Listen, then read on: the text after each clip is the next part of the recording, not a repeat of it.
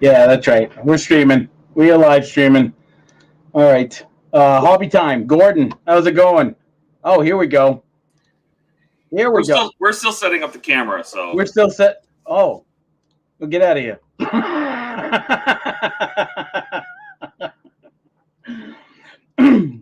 They're setting up the camera. Apparently, we got some. We got the crew coming to you live. We good? We good? Oh, no, I'm gonna raise it up. Yeah, you got to. Otherwise, than that, you're like head between your knees. Yeah, that's right.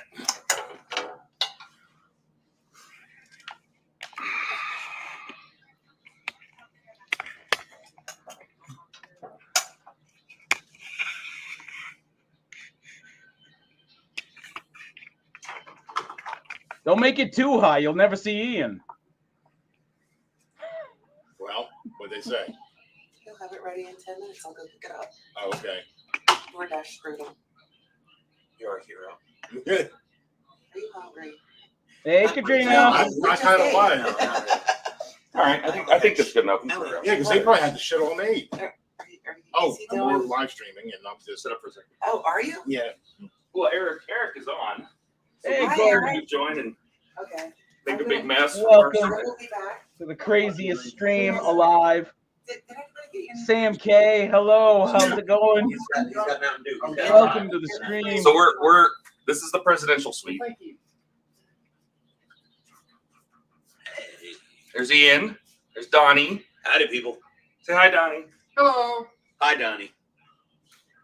Donnie's so Hi, bashful. Donnie. He's so bashful. Look at him. So quick on the draw with the. Is it just you, Eric? It's just me. Where's Buck? Where's everybody? It's just I have no idea. Oh, But I think Buck earlier killed the lawn. So So the only one that showed up is the one that never shows up. That's the one. That's the one who's here. well, there we go. Nice. Eric, are you working on anything? how was today? How was today?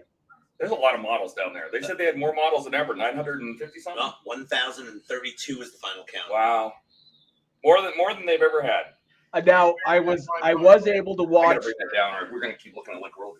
I was able to watch World of Wayne's video, so I was able to see all the Johnny Fives. That was really cool. Set up on the table. Ian, I was able to see your big model there, the Macross one. Oh yeah, the hand grenade, as I call it. But the talent, like that, it was amazing and depressing all at the same time watching his video, because there are some wicked talented modelers out there. Right. The most intimidatingly good models I've ever seen in my life. Period. Especially like that X-Wing. Right. Perfectly said. Perfectly The said. Star Destroyer? Yeah. That Star Destroyer was bonkers. Oh, the Star Destroyer. Yeah, he showed that, but it wasn't lit up. The blockade runners were amazing. Just everything was amazing. I can't even begin naming all the awesome shit down there. It was Yeah. so My cool. favorite so far is that space pod. Oh yeah, the space Yeah, pod from 2001. That was good. That was good. Yeah, that Yeah, was the little pod from 2001. It was Oh, unreal. the Titan. The Titan. No, the Titan was badass. Yeah, the Titan. Well, that was the actual filming model from the show. Well, no. No, I think No. it was they No. built it for. They didn't use it in the show. It was Oh. built for the production. Oh, No. okay. It's a prototype model kit. Oh, excellent. Oh I wow. found a video while I was sitting downstairs. Gilly, Hey, Gilly. Hello, how's it going? say hi, Gilly. Krause. What's his Hi. Gilly? Bill Krause. Bill Krause. Bill Bill Krause. Krause. Bill Yeah. Krause. Yeah. Yeah, I believe I think that's he who had- built it. He had the one next to it too. Yeah. Yeah. He helped some company design the model kit, and that was like Yeah, he helped. He first shot or whatever. he's sample. worked. He's worked with Polar Lights, I think, also on the Kronos One update of the Katanga. Oh, really? I'm pretty sure he worked on that too. Hey, Donnie, stand up. I want to see how tall you are. Hired him. Yeah. To, like, design Gilly, that. he is standing up. Amazing. So that model kit should be coming out pretty quick. Excellent. If that's already Oh, Donnie, go get your kit. Donnie. Oh yeah, Donnie bought a kit. Donnie found an out of production Oh, yeah. relic at the vendor area. It's Oh, please awesome. do. Please do. Gotta see this thing. Hello, Sam. Oh, Sam's on. You're not on Are we the- live? Yeah, we're live. Okay, Are you live? I'm live. I think I'm live. Honestly, I didn't know I who see the him. heck was going to come Hello. on, so Let's I see just Hey, I Eric. every channel. Hi, Gordon. Oh, don't even. No, no. Hey, Eric. Oh my God, You that gotta is see what not it. You got. Remember when Donnie. you said you wanted this kid, Eric? Oh, Oh, I did. Donnie, you kill me, man. I have it now. Oh, you bastard. That's nice. Hey, come on up to Kentucky. There's one more in the dinner room. There's no Oh, scale on the man. box. It's just big. Yeah. It's That's scale. good. Hey, good on you, man. Got it for a decent price, too, so. Oh yeah. Looks good. Good. What's the copyright date on this? Wait a minute. What does Donnie consider good price? Money bags. 3 is the date on the box. Donnie, what do you consider a good price? What would you consider a good price? Anything Steve. that's not listed on eBay is a good price. It was a little cheaper than eBay. Well, this kit was this thing was produced apparently in, I'm assuming, 40 years ago. Yeah, it should be the. Original molding. We don't know if this is the first production run of the 8th, but oh, the barcode. There we go. Technology. Boom. Fun dimensions. MPC, yeah, crazy. This thing is so cool. Right? I'm jealous. Oh, there's one more? Yeah, I know there's another one, but it's way more expensive. Come on, Ian. Come on. Is Donnie the only one that bought a model? I was about to buy the Tidarium, but Donnie saw one first and was excited about it. And then I found this one that was cheaper. And then Donnie's like, Ian, you found it. You saw it first. If you want. I said, no, but Donnie, but you wanted the Tidarium first. So I forced Donnie to buy the cheaper one. And I said, you know what? Maybe I'll buy the other one. It was more expensive, but then we could do a buddy build. Right? And see I just doubt you how had much to twist better Donnie Donnie down is than me. that much. Okay. Any buddy build I do with anybody, basically, is just watch how much better are they than Ian. Insert any name here. Insert all names here. Yeah, basically all names. So we shall see. I was drooling at all the models that he was going by, and I go and I'd be like, oh my God, that's like the best one. And then he'd show a couple more, and I'm like, crap, no, that's the new best one. Nope. I couldn't Right? pick. I couldn't pick. That Okay, would be so impressive, honestly, to be a judge at this contest has to be nerve-wracking. Yeah, I mean, this year apparently they said was one of their best turnouts ever for model kits in the show. There's a lot of them down there. Yeah, 1,023 models, and They said last year was the best they had ever done. well, I thought That they was said the last last year time. was like 500 or something. It was 800 something last year. Oh, Yeah, so I wasn't here. I wouldn't either. well, next year I'm gonna have to bring something else, I guess. I went Well, they were saying about 900, over 950 models this year, didn't they? You what? What's that? Didn't they say over 950 models? At 1,023, Gilly. At Oh Final my God, 1,000. Nice. Wow. Yeah, that room Well, I is think that was packed. the theme this year, or was it Star Trek was this year? They have Here, I'm themes? gonna let Yeah, there was a theme. Get in there, Yeah, Steve. it was Steve, Return there, of, buddy. Return of the Modelers. Oh my Is that what it was? That's what this theme was? Yeah. Oh. What was the theme last year? I have no idea. I do not know. Return. Hey, Steve. Hey, Hey, You want over here, Todd? What? No. you be running room for another chair. well, if you move the camera more towards No, I can Todd, do you that. probably get everybody in there. Here, I'll do this. Watch. I'll take this, slide it way over here, rotate it. There. Yep. Perfect. Yeah, And I can sit here on the end of the couch. Now, as Wayne was panning around and you could see people walking around, I was looking at head level. I was like, anybody above normal head level's got to be Todd, and I didn't. see Yeah. I No, didn't well, there's one other person because I accidentally started following them. it.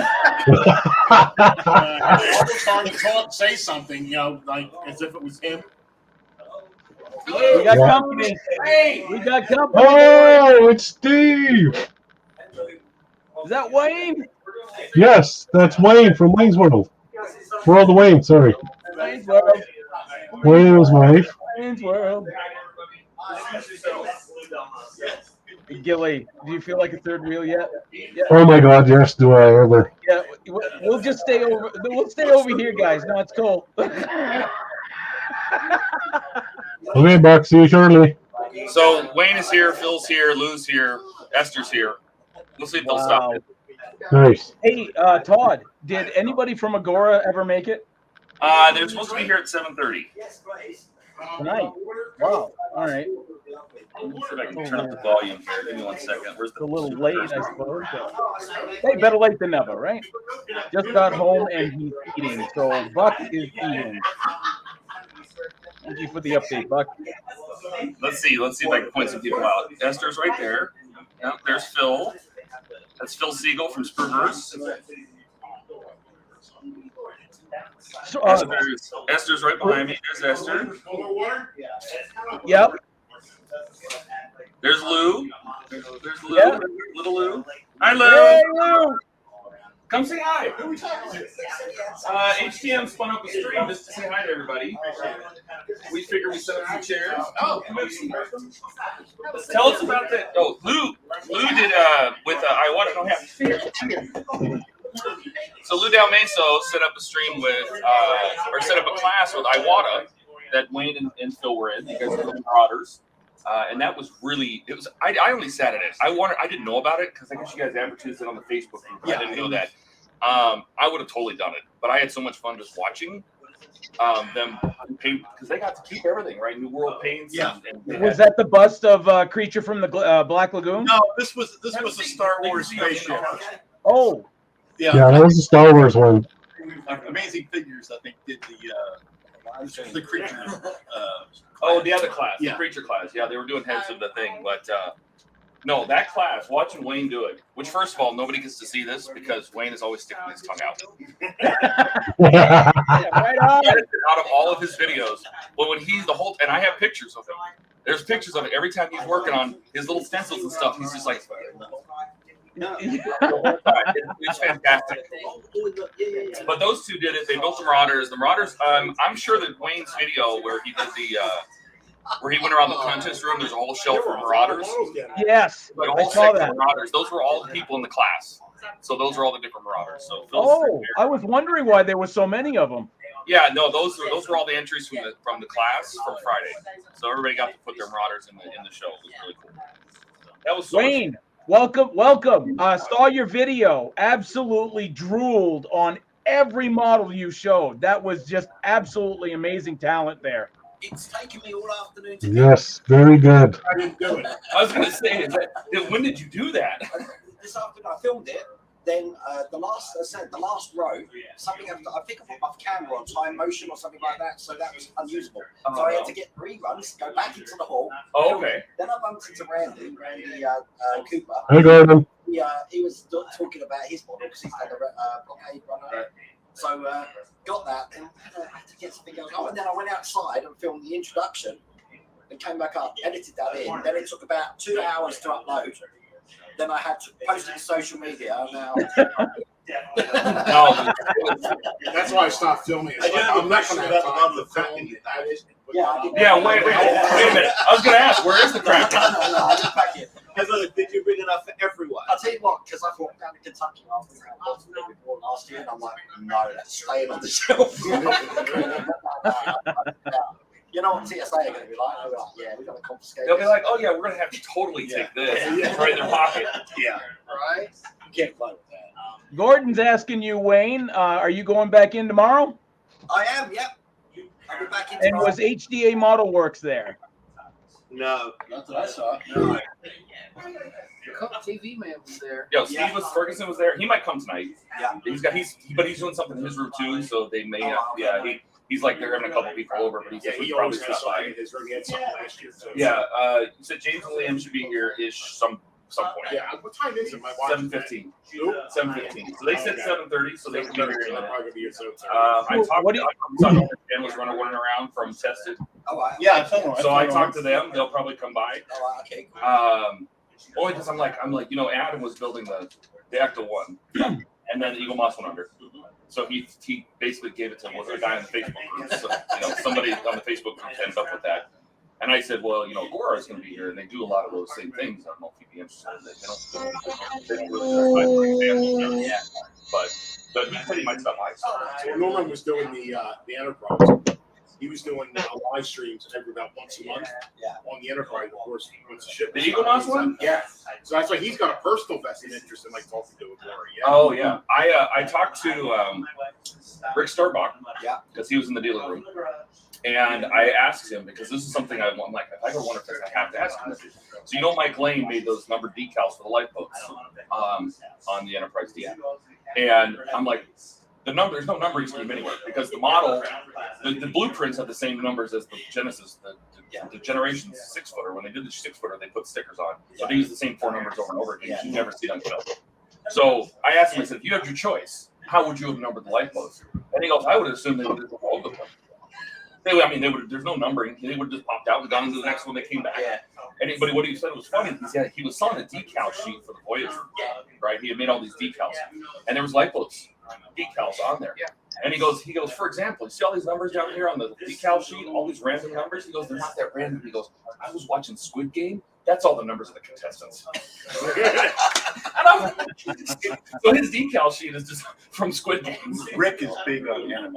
Oh yeah, A lot of Dirty Pair, a lot of early stuff. Yeah, and you'll find anime references in every no, he was fun to talk to. What was your favorite today? Did you have a favorite you saw? Like that Titan, that Enterprise G from Bill Krause? Oh, yeah. It had to be the Doomsday. Yeah, that was. I actually went. That was yours. That was one of the It looked reasons really I wanted to go back to the G. Because I pressed past it and I thought, that was the G. So I came back and Well, I thought it was just the Titan. I'm like, first of all, how did somebody build it that quick?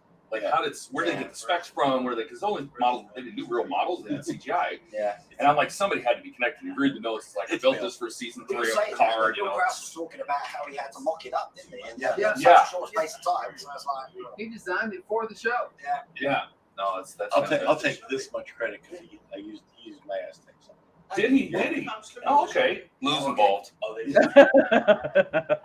Son of a gun that he is, he goes, I need some Aztecs for this Titan I'm building. And it's like, we find out a week later it's the Enterprise. It's like, I would have been nervous knowing I was doing something for an Enterprise. And I said, how long have you known this was the Enterprise? Oh, yeah, I found out about that last year. And I was like, that's some Mark Hamill level secret keeping. Right. Yeah, no, it's interesting because I know there's actually a lot of work going on around that show. That's Tycho class or something. Shangri-La. Yeah. Tycho Shipyard is Oh, okay, yeah. The Shangri-La class? It was That's a terrible name. No, it was the Shangri-La. I don't remember the class. Oh, The yeah. original. I could have sworn it's the Tycho class, but Yeah. Tycho is his company name. Right. That'd be fun. Take a picture of it. I was asking for a picture. Swap out to somebody else. What was impressive was that Star Destroyer. Thing you saw Favorite thing. Enterprise G. the Enterprise. Well, actually, first off, if you've seen my video, where's the camera? If you've seen the video from last year, they had the DeLorean, that was spinning around and all that. But the same person who did that was the person that's done the X-Wing. With the loop that turns his head inside, his head's turning the after, and that's on the video as well. I like that. Yeah. I liked. God, there's so many. All of those models. They had the diorama with the Death Star trench. Yeah. I liked that one as well. I liked Ken Briggs's Clavius base, which was tilted in the video. I like seeing Oggy in Stella Mono dressed up as Chakotay. How'd you find it? There it is. I liked a lot of the horror models, but I see. This is by the way she's here. She's back there chatting. She likes the the creatures, so all the horror things and all of that. Yeah. I like the spaceships. So So the nameplate on that ship is the Constitution 3 class. Right. Yeah. So they already had a model of the Picard. Oh, I'm gonna hold this up here. The Picard Yep. slash Oh, yeah. right? That they had. I noticed you spent a lot of time, Wayne, on that Star Destroyer. yeah, that was really good as well. That model looks like it's got some age on it. Like it's got a Molex connector on the side. I'm like, that model looks like somebody's had it for a very long time. But that was weird how that was powered. Yeah, like it's been around. I think that guy's had that model. How it was powered though in the side, I would have. I know. The Molex connector on the side makes me think that was displayed in a case or something, and that was on the back side. Nothing you could do with it. Yeah, it was unfortunate it wasn't lit up during Wayne's video, because that would have been amazing if that thing had been lit up. I think the big favourite for everyone was the Thomas the Tank Engine TIE Fighter. Oh my God, that was so good. Yeah, that was so cute. I like that one. It's crossed with the Rebels. Did you catch that little tiny handmade? That was probably a resin print somebody created, and it was like a little. It looked like a inside a temple, just a little corner of a temple, and it had Indiana Jones. But Indiana Jones had found Han Solo in carbonite. I don't know. So it was, Harrison Ford looking at Harrison Ford. He was standing there And so he's holding standing there holding a torch, looking at himself. Oh, didn't see that one. Good. They had another one which I really liked, which was the scantily dressed Ripley with the alien. Oh, Oh, geez, yeah. yeah. That was a good one. Well, speaking of aliens, they had what was it? 2 different sizes of her in that lifter or whatever. It was. Oh yeah, that was the little one's like a 1/12, right? Yeah. What scale was the big one? Yeah, it's huge. Like a third? Something like It that. was 1/4 That would have been scale. Quarter scale? 3D Yeah. printed scratch I build. think I've never seen That had to be scratched. Yeah. Oh, yeah. You can see my belly. You don't know What do you think about? Nobody knows I'm fat until now. Wayne, I always thought you were thin. Good Lord. Yeah, that was so nice. Oh yeah, Katrina loved that one. I'll tell you the other thing. The big disappointment from this Wonderfest, though, I saw that. they sold out T-shirts. Really? Yeah, so I managed to get one T-shirt, which is a size too big for me, believe it or not. It's like a 3XL, but I couldn't get any of the crew ones with the spaceship on. Oh So I no. was like, did you manage? Yeah, but when they No, everybody I know got the gray shirt. Don't start me on the gray No, they shirt. sold out. I was like, when do they sell them online afterwards? Like, can you go back and buy them? If you come back next year, they might have some. Oh, they'll find an extra No, box. they might print some more. They might have some more printed up. No, they're done. They're gone. So I managed to get one, which is this is too big for me, but there you go. I bet they sold out quick. Yeah, I got the blue one. Because I wanted to go up and listen to the Picard speech. Yeah. I went up there. It was completely couldn't get in. I know. Packed full. It was very. We just barged our way to the front. Oh, We did tried to nick a seat from Blue. He's like, no, this one's taken. So And the guy never came back, so we had to get somebody else. What was your favorite? Bill?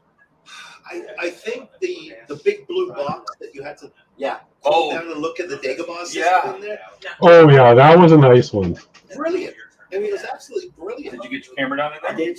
I saw the video. I want to see it. Sounds good in the one that was the same with the indoor power generator in it. Yeah, it also had running water in there. I mean, it's just insane. That was Well, when I insane. saw it from the back, because Paul from Paragraphics, we were joking that Astro Reader's box was a cat in there. I didn't know that there was actually a diorama in There's a there. model in there that may or may not be any good, but you won't know unless you look at it. I asked him to bend down and take a look because I'd see it. He goes, he wouldn't do it. I want to. What? I'm not going to fall for that. What do you think? Cats aren't It's like a video. Little finger comes out and looks right in the eye. It's like one of those boxes. You hit the button, the hand comes out. From what I remember, I've that's been to one of those peep shows. I know what goes on. No, he was genuinely freaked out. I thought he was screwing with me. No, he was genuinely upset. But there was like there's a little scene with an actor in it, and You gotta make it work that hard. it was quick for ideas. I remember making old ghost houses like that in like a shoebox, and then you like pull wires and you make things happen. But yeah, that was quite interesting. Yeah, that was pretty amazing. For all intents and purposes, it was just a blue box if you looked at it from behind. That's what it was, and I'm not sure how they figured out why it would only be that scale and why it was so low down and why it had to be like that. I have no idea what he was thinking. It's almost a little better if that was on a stand. Well, that's what I was saying. Yeah, just for you know, it's great for the 6-year-olds that are in there, but everybody else has got bad back. No, it was definitely, but the skill was just. Says the 6'8" guy.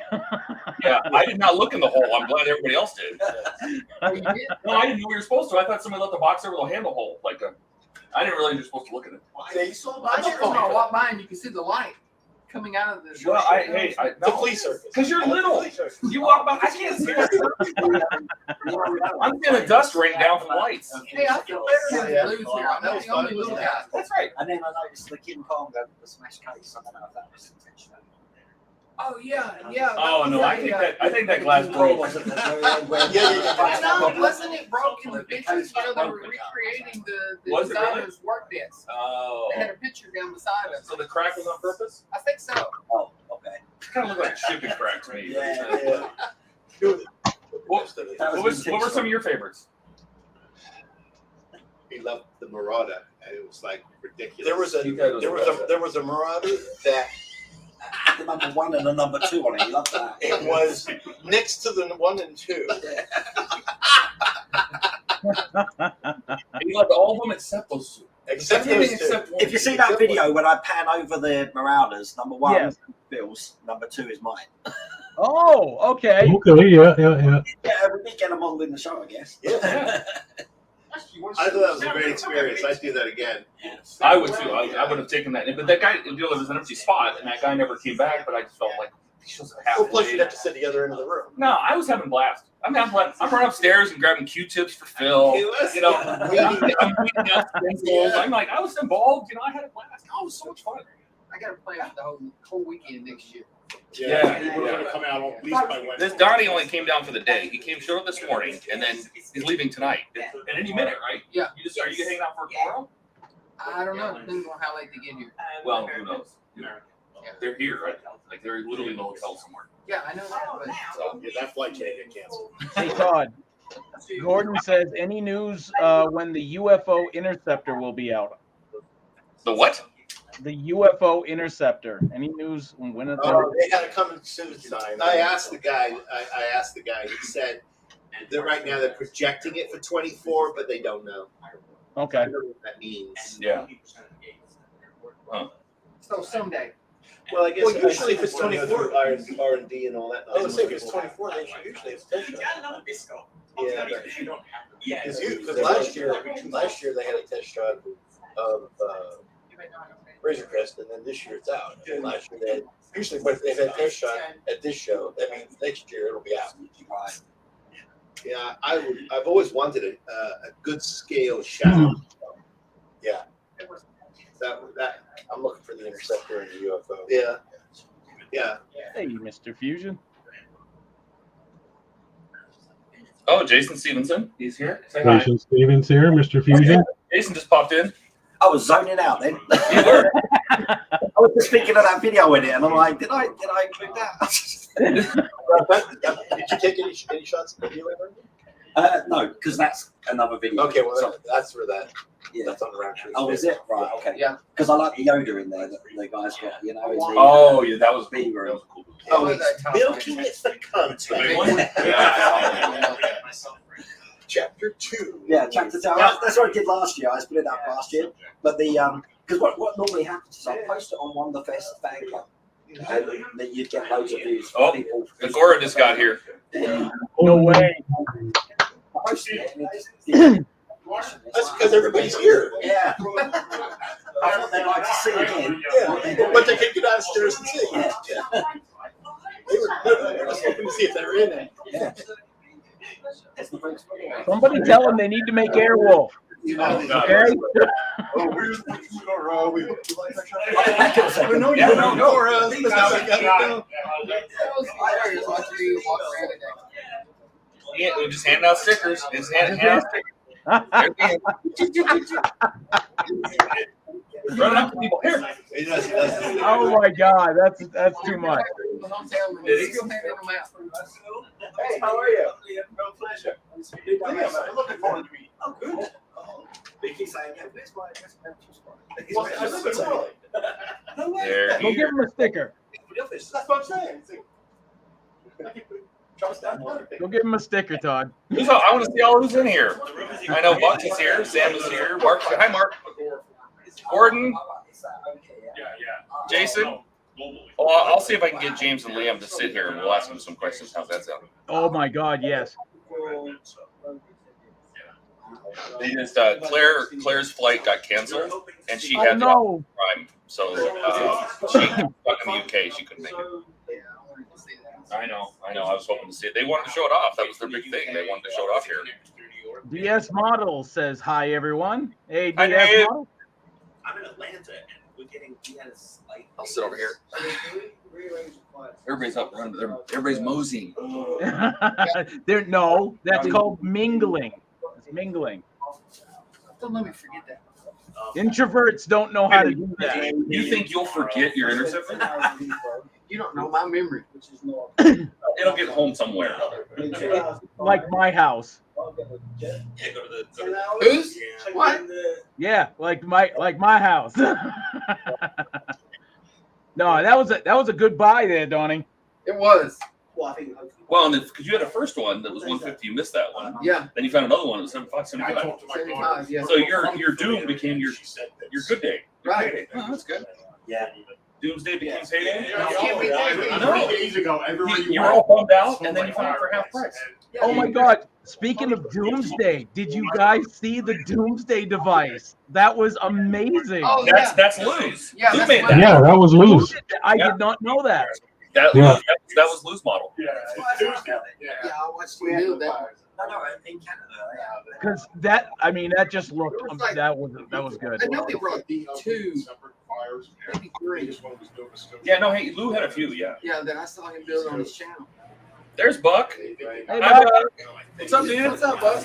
But Lou, I love that.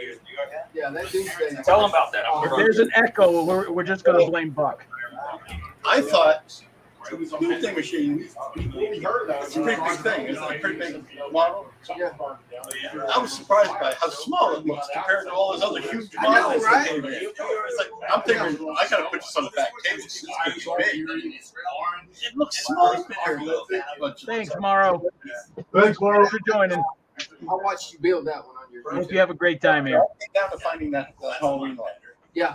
Lou, I didn't realize you made the Doomsday device because when I saw it on Wayne's video, I was like, "Oh my God, somebody finally made that!" I mean, Yeah. it gets made fun of that it's like the giant space cream horn, but I mean, like it's still. You did a great job on it when it panned around to the mouth. It literally the effects, however you used it, looked amazing. Like it looked authentic. Thank you. It was a lucky find of a Halloween light. I just shove it up against the side of the back of the wall, and it does the spinning. No kidding. But yeah, I was hoping to not have any accidents on the way, because I wouldn't want to explain. He was found in the wreckage amongst several starships and a Doomsday Machine. Right? Yeah, that's not the news story I wanted to get at. I saw a lot of starships, but I didn't see like people doing their rendition of like the USS Constellation after the Doomsday device. I'm sorry, their rendition of the USS Constellation, damaged. yeah. There was one. There was a small one that was like a 1,000 scale. That was done up to be damaged like that. Yeah. I don't think it was done. Wow. Constellation. No, well, painted like dark gray. It was a grayish blue. Yeah, you're right. You're right. It wasn't a Constellation. It wasn't the Constellation. Don't you think I know that?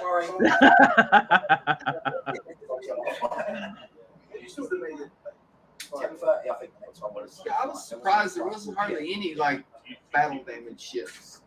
Yeah, that's what I mean. Well, you know what surprised me now looking back on it? There was a small number of gun animals. I don't remember seeing too many gun kits. They were all in like one little section. Yeah, I mean, there have been years where it felt okay. And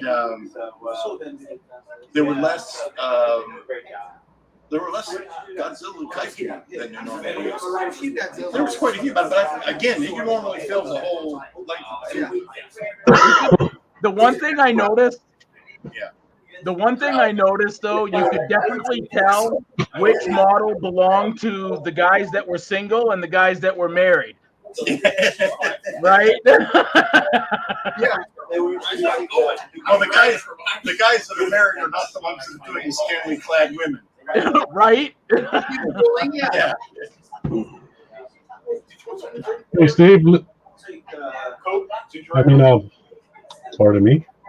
Lou, Steve says hi. Mr. Fusion. Yeah, I'm sorry. The hearing here on this end is kind of difficult. Yeah, it's a crowded room in there.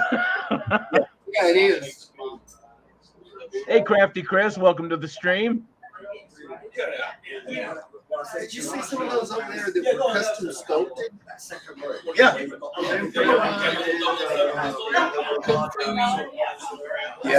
Yeah. I love those because I can't sculpt. And only it has been maybe in the last 4 or 5 years that there's been a big growth in one-to-one props. Yeah. Rifles, space age guns and battle axes or whatever. But that place is a category.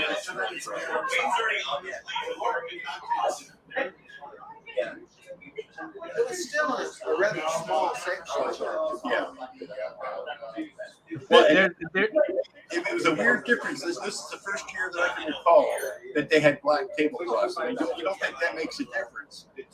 But when they're all sitting on white tablecloths, they do have a tendency to stand out a little bit better. When tables look full. You get more of a light effect, and everything looks more bunched in. And yeah, I agree with you on there. When if you have a white cloth compared to a black cloth table, yeah. They were in, I think we're over 800 to 1,000 acres. I think Ian said it was 1,023 or something. I wouldn't be surprised. Yeah. It was a gracious plenty. Yeah.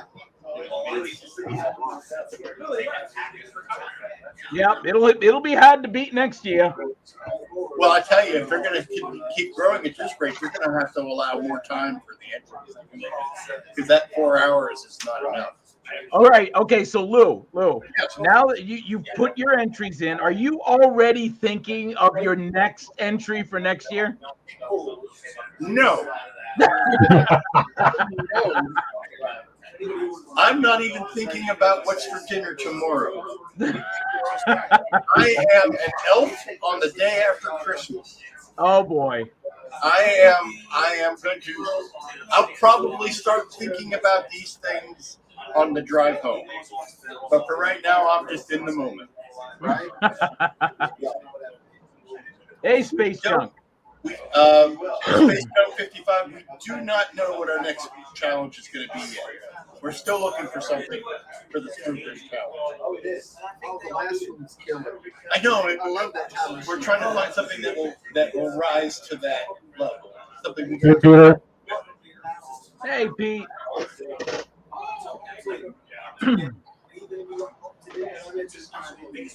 Boy, we're getting them all over the world. We got a couple from Australia. We got some in overseas in Europe. Yeah. You just email and say, hey, I got one live stream. I need to pop back to the Agora folks for 1 second. Be right back. For sure. Thanks for stopping in, Lou. Well, Donnie, what was your favorite part of the show? So Eric, you're coming next year, right? I want to so bad. I really do. If I can find out like a total, like a price amount, I'll save. Hey, the ticket's only $33. Yeah? Yeah. I mean, to be honest, I bet you travel's more than that. Yeah, Donnie said he'll swing around and pick you up. No. That would be a longer trip to pick up Eric than it would be to drive up here and back. Right? Well, I thought you were going to stop at Gillies first, then come down and pick me up. Give Bucks a swing over and pick you up. Did you get tracking?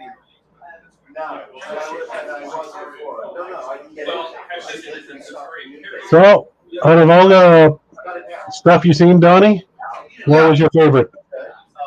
What? What was your favorite model out there? I think probably the big X-Wing. Oh, I know. Isn't that awesome? That thing was nice. It was all lit up. It had even the ground.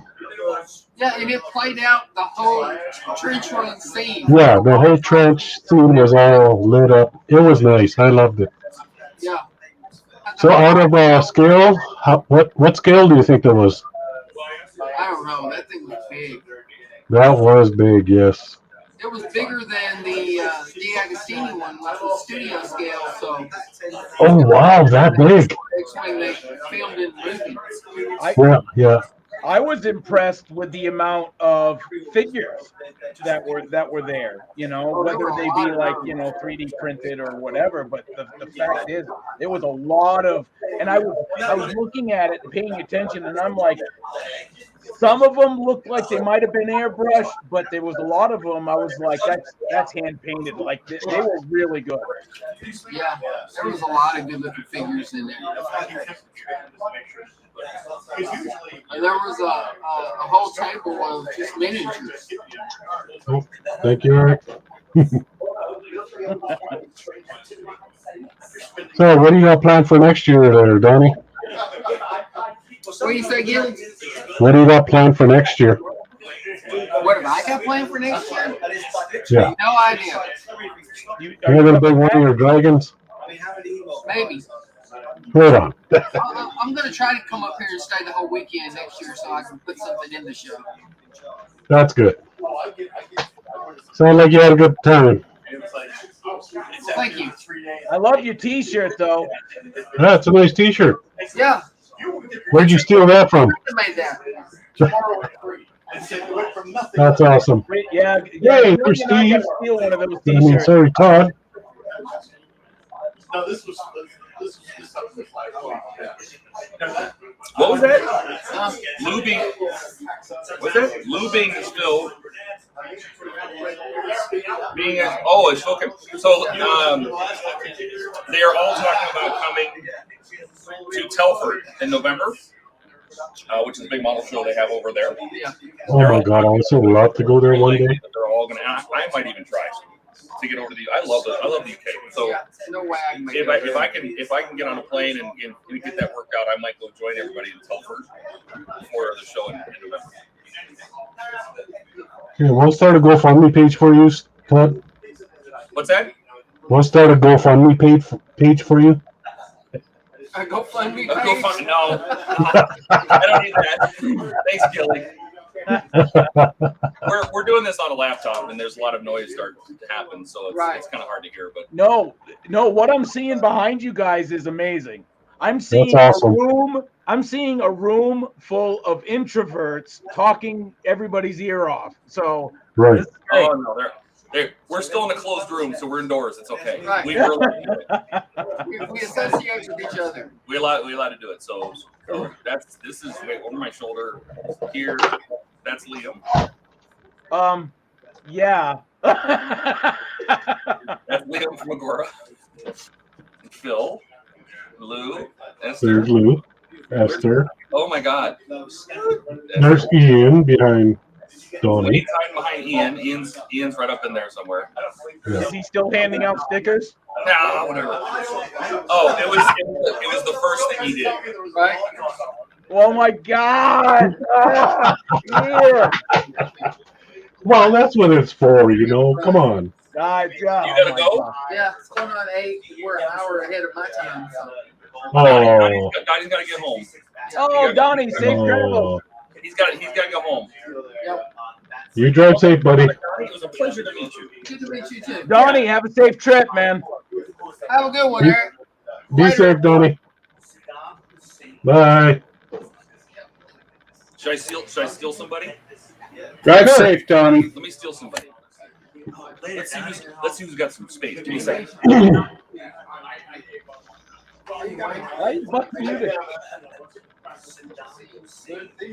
He's working. Lurker.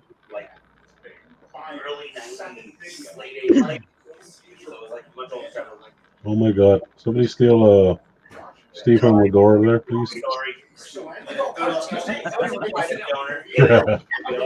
Somebody save him. I stole Esther. Esther. This is Mrs. Wayne. Hi, Mrs. World of Wayne. Did you? How are you? Yeah, it was fantastic. What were your favorite models?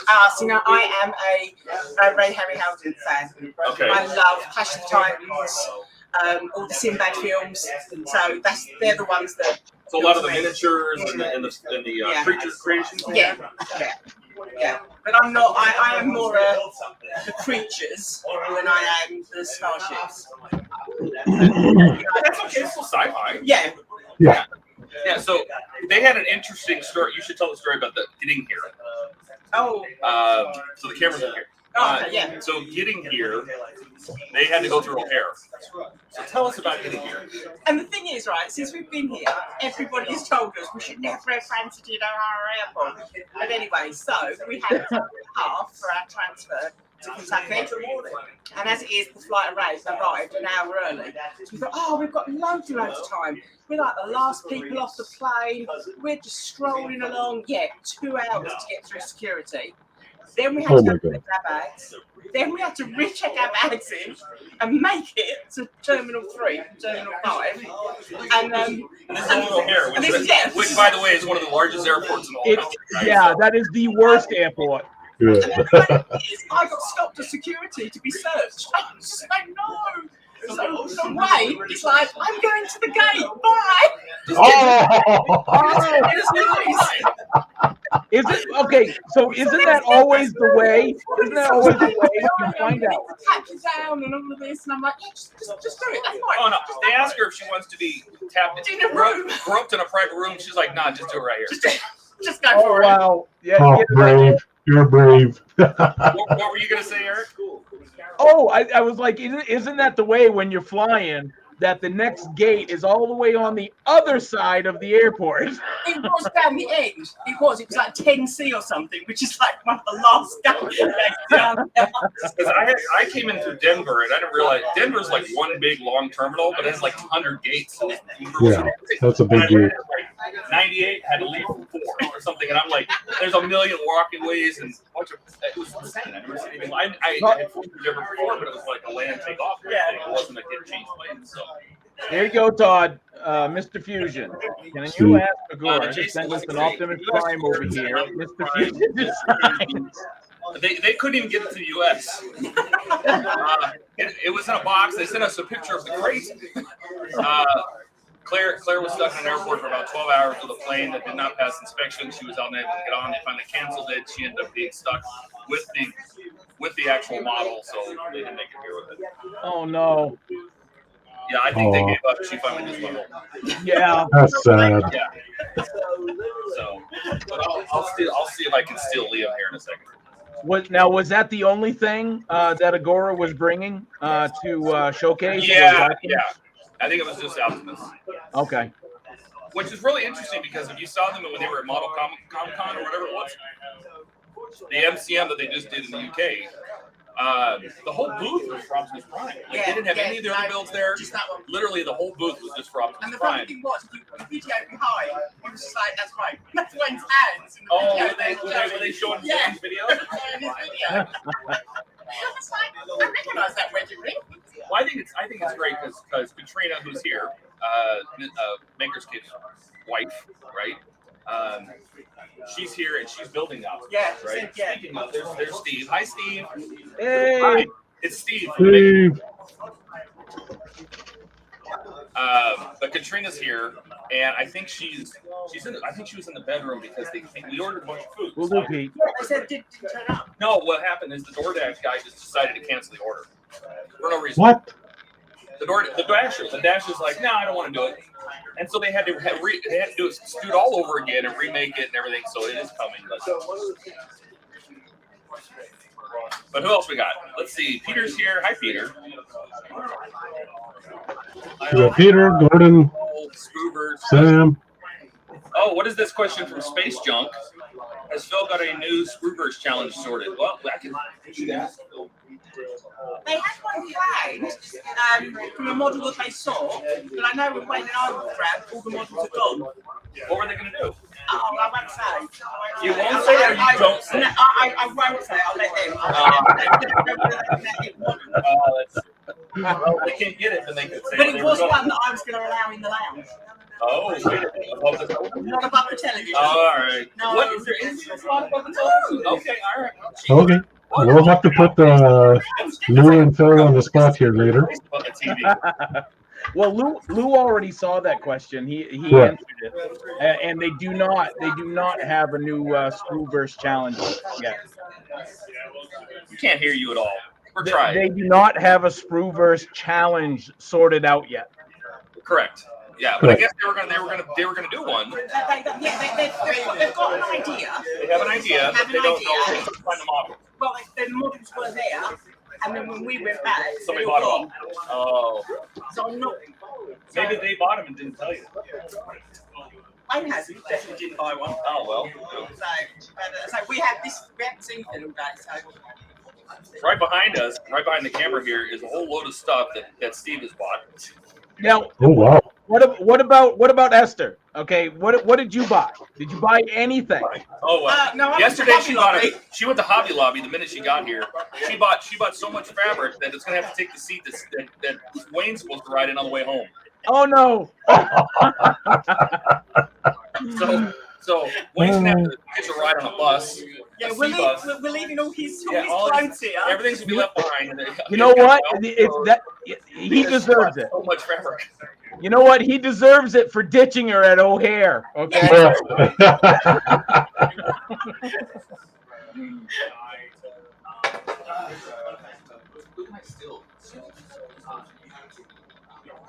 Katrina's out.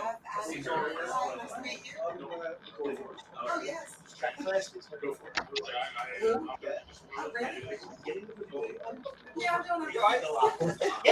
she's entertaining everybody. She's telling stories all about you. Yeah, we have a question for both of you. Actually, people have a question for you. Okay. Right here. They asked if you guys had another Screwverse challenge coming. And she mentioned that you had an idea. She didn't say, fairly enough, she didn't say what it was. She said you guys looked at it, and it was gone. It's somewhat in the air at the moment. Yeah.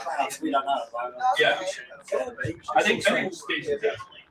Yeah. But I did say that if it's what you said, I'd allow it in the lounge. I know what you will allow in the lounge, and anything spaceship you want. When I asked her to go on TV, she said, actually, no. This is awesome. I know, right? Yeah, but you're going to put all my models on. Phil's got some complicated. I've got to have a conversation. It's a negotiation every inch. The thing about the Screwverse challenge, and actually is that, originally the idea was to take something and have to augment it, make it better, or display it in a different way, right? Right. The first train wreck challenge was putting the shark from Pegasus and the cake in resin. Right. Disaster. Yeah. But the concept was right. Yes. So then we did ET because that's no one had that just this resin barrage kind of not very well produced, and there was a lot to clean up and reland. So there was a lot. There was a lot going on, and then after we did the ET ship, then we did the Orca from Jaws. Right. Because I don't know if you've ever met Bill Wieger. Have you ever met him? No, but I. Okay, he's an incredible sculptor. He's not here, but he was around the dealers' rooms. there's on the front there are all these whales and sharks. Did you see those? Yeah. He's like incredibly talented, and he had 3 years ago he had an aquarium that he had built, and it was amazing. It was the most beautiful thing I'd ever seen. Yeah. And and obviously it doesn't exist anymore. So I thought, gotta have that. And then the time machine was one too. Right? And that was the next challenge, and that's when we brought Lou in because we needed an adult. Well, yeah. Well, again, I'm super nice. Yeah, Couldn't find one, so they sold it to me. And they're still looking. They're still looking. Yeah. They realize they're horrible mistakes. So, but now the challenge is, it's getting harder to figure out what all three of us can do because it's got to be something we can get to Wayne. Yeah. Shipping is very expensive. Some things none of us have done. Right. A very small pool. Right. Right, and then it's got to be supersized or something different. Yeah. So it can't just be a model out of a box. Yeah. And yet you're gonna light it. It's got to be okay, but you've got to light it in a certain way, or you've got to add an element to it.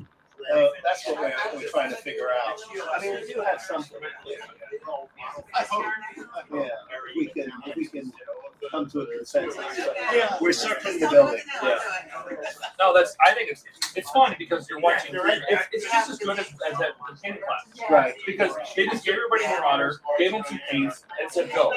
Right. They didn't give them, this has to be blue, this has to be white, this has to be red. They just let everybody go, and you ended up with these 19 different models that all look totally different. The funny story about that is Rob's mom was like, he was going on, you don't have to make this gray, you don't have to make this look like, and then everybody turns on something that's a shade.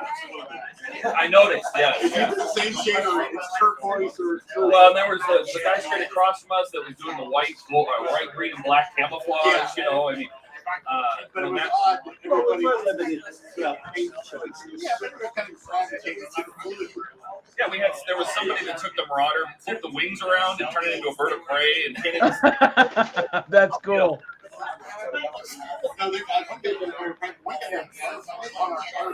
Yeah, so there was a guy putting lights in during the paintbrushing class. He brought a bunch of SMGs, wiring it for lights. The thing about it, it's very hard when you're out of your element.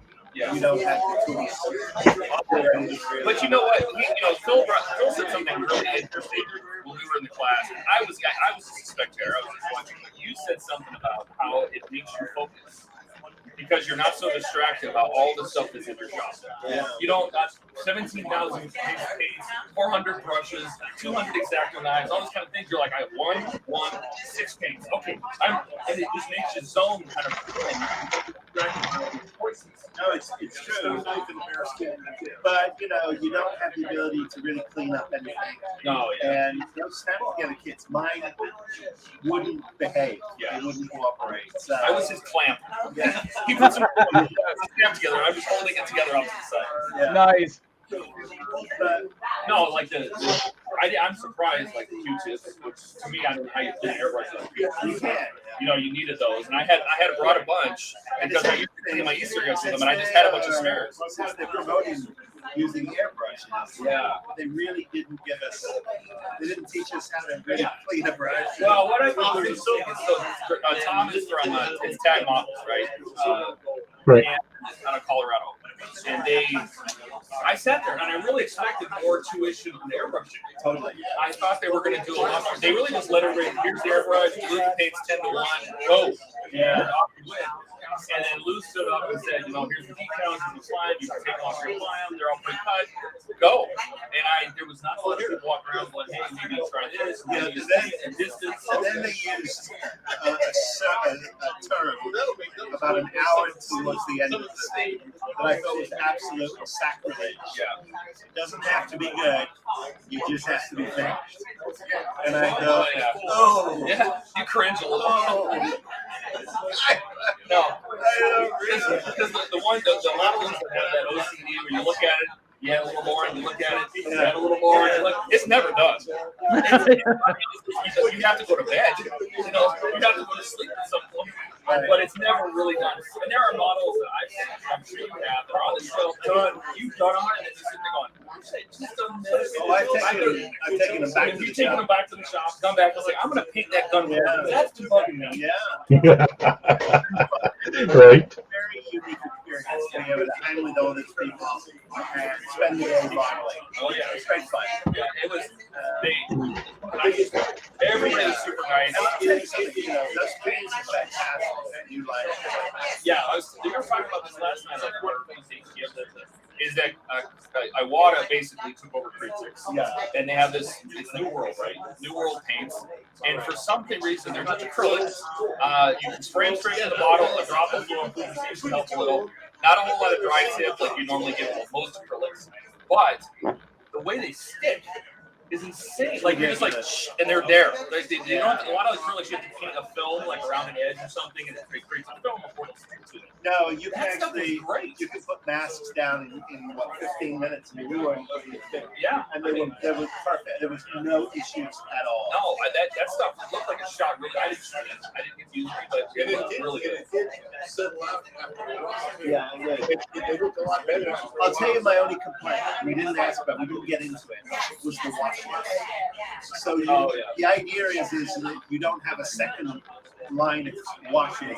You have this special formula for the wash. It's like a wash base. So it's like a base. And then you add like one tiny drop of paint. But these paints are so strong, they just blow out the wash. I mean, and because they're matte, we didn't have a gloss coat on it. They weren't running. They weren't really behaving like washes. I found it really good. Oh, okay. Do I hear rattling? Is somebody rattling on the stream? No. Oh, okay. Yeah.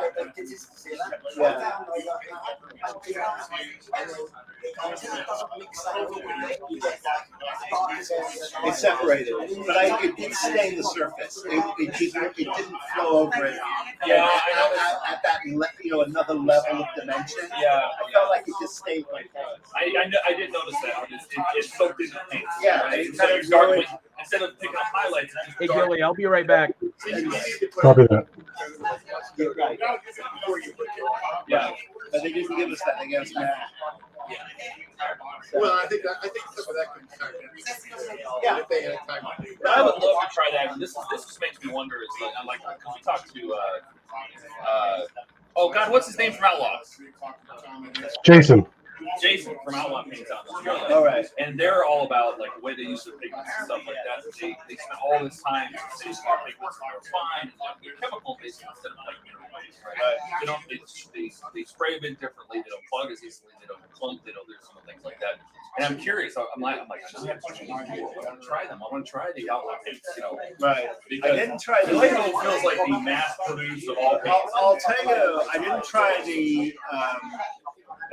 the yellow. It's the only one that didn't try. Yeah. But the opacity of these paints, especially white, was fantastic. I mean, it was a really nice white, and it went down beautifully, and it covered in one coat. So it was really nice. And they were running our airbrushes at I think about 15 psi. 15 to 18. Yeah. It depends because the more people they had everybody connected to the same CO2 tank on a hose, and so the more people that used it, the more pressure. So you're kind of Oh. variability in that pressure. Oh, that was not a very good setup. Yeah. It would go to 15. If one of you is at 18, Yeah. It would go up and down like a yo-yo. And then I'd get a little bit of needle clog, and that was annoying. But when you discussed it, pressure. I do too. Yeah, I'm up All right, I'm back. don't do that. I have an adjustment on my compressor, so I keep it at 40, but I can take it all the way down if I want. I have a quick connector. I have a knob right here on the gun. You can do it, I yeah. just turn it right down. So, but I just So it shoots the way I want. I can basically enough to get the paint out. Any more than that, means you've got to be farther. What are you trying to shoot it a foot? but I find that if I'm playing with You airbrush? kinds of paint, Yeah, they're talking about the pressures based on that paint. Yeah, of course, absolutely, all the So time. I new paints from. so I can just leave it at a cost of 40, and then I can just pull it down. Jeez, I forgot. I They're from Curetex. from model Those I took over to Curetex. Yeah. And have it Vortex. You know, I think I have something from them. I The can't black remember. I bought it at Hobby Lobby. Yeah. It takes a little more to get it out the gun. things like that. I did love the guy who brought an entire toolbox of stuff. Oh, thank God for the guy that brought the glue. No. They didn't give us any glue. There was no glue. The guy brought glue. Yeah. It's so impressive. It's like, that's pretty awesome. But I looked around the room. Did you notice that every single person either had glasses on? Yeah. The blinder, the blinders, magnifying glass stuff. And it was, I'm like, there's not a single person Here's here Wayne. doesn't have glasses on. Oh, jeez. I mean, Nobody has good eyesight. oh, Everybody had blinders on. I'm dropping parts every 5 minutes. I'm not kidding you. I was under Phil's desk at least 3 times looking for parts. Oh. There's parts we're not. And then the hotel came in because they were freaking out. People were going to spill paint on the carpet, and one of those bottles, the seals on his paint ended up on the carpet. It fell on the carpet, but luckily it fell paint side up. Oh, nice. Lucky. Awful. It's god awful. It's like so did Phil? Did you put a submission in a model submission this year? Did who? Did Ian? Phil. Phil. Oh, did you put anything in the show? No, I didn't bring anything. The 2 things I was going to bring, I broke some of the stuff up packing it, and I got upset. Next year, So they broke before you brought it? yeah, I'm trying to pack them. So next year, I think I'm going to drive. We're waiting to come to LA, and we're going to drive. And then that way I can bring stuff. Yeah. Because you can't fly with stuff. Oh no! I mean, even the Johnny Fives, I had a wrap t-shirts and all sorts of stuff in my bag. Yeah. And there's our host back there, Steve from Maker's Cave. Behind Phil. No. It's Mr. Lou who takes his doomsday machine and straps it in the plane seat next to him. Well, no, his was in the car. He drove. Oh, did he? Oh. Yeah, no. He drove the seat next to him? Oh, yeah. No, that Doomsday Machine was amazing. The Doomsday Machine? Yeah, I love. That's my favorite episode of the TOS series. Oh yeah. That I didn't get to see it on Wayne. Did it have a little starship in front? No, I did no. No. But No, the effects that were inside that he used was absolutely mind blowing. I loved it. No, I was amazed. You know what I was really amazed was is people had some very, very small, like tiny little B-wings and tiny little X-wings, little details painted. And I'm like, you gotta be kidding me. And some people had metal, like almost photo etch in there, and people had lighting. There was one 350th, and there was a couple 350s. The 350s had a bridge. You look down through the dome, and there was a bridge there. One of them, all the panels inside the dash was lit. No way. That bridge is this big, and I'm like, it is insane. There were so many people that, because the SUVs are so popular now, they're easy to get, and people are lighting the tiniest little details. It's so impressive. Yeah. Hey, Kenneth from Georgia. I'm gonna grab Mark. Hey, again. I'm gonna steal Mark. Can I steal that? Yeah. So you guys may or may not recognize him, or at least the name. I am the unknown man. This is Mark Adams. He's always behind the scenes. So if you know Mark Adams from the original, he was the forum moderator for the Model Space forums, and now for Agora. And I also did Facebook and the Facebook CS issues.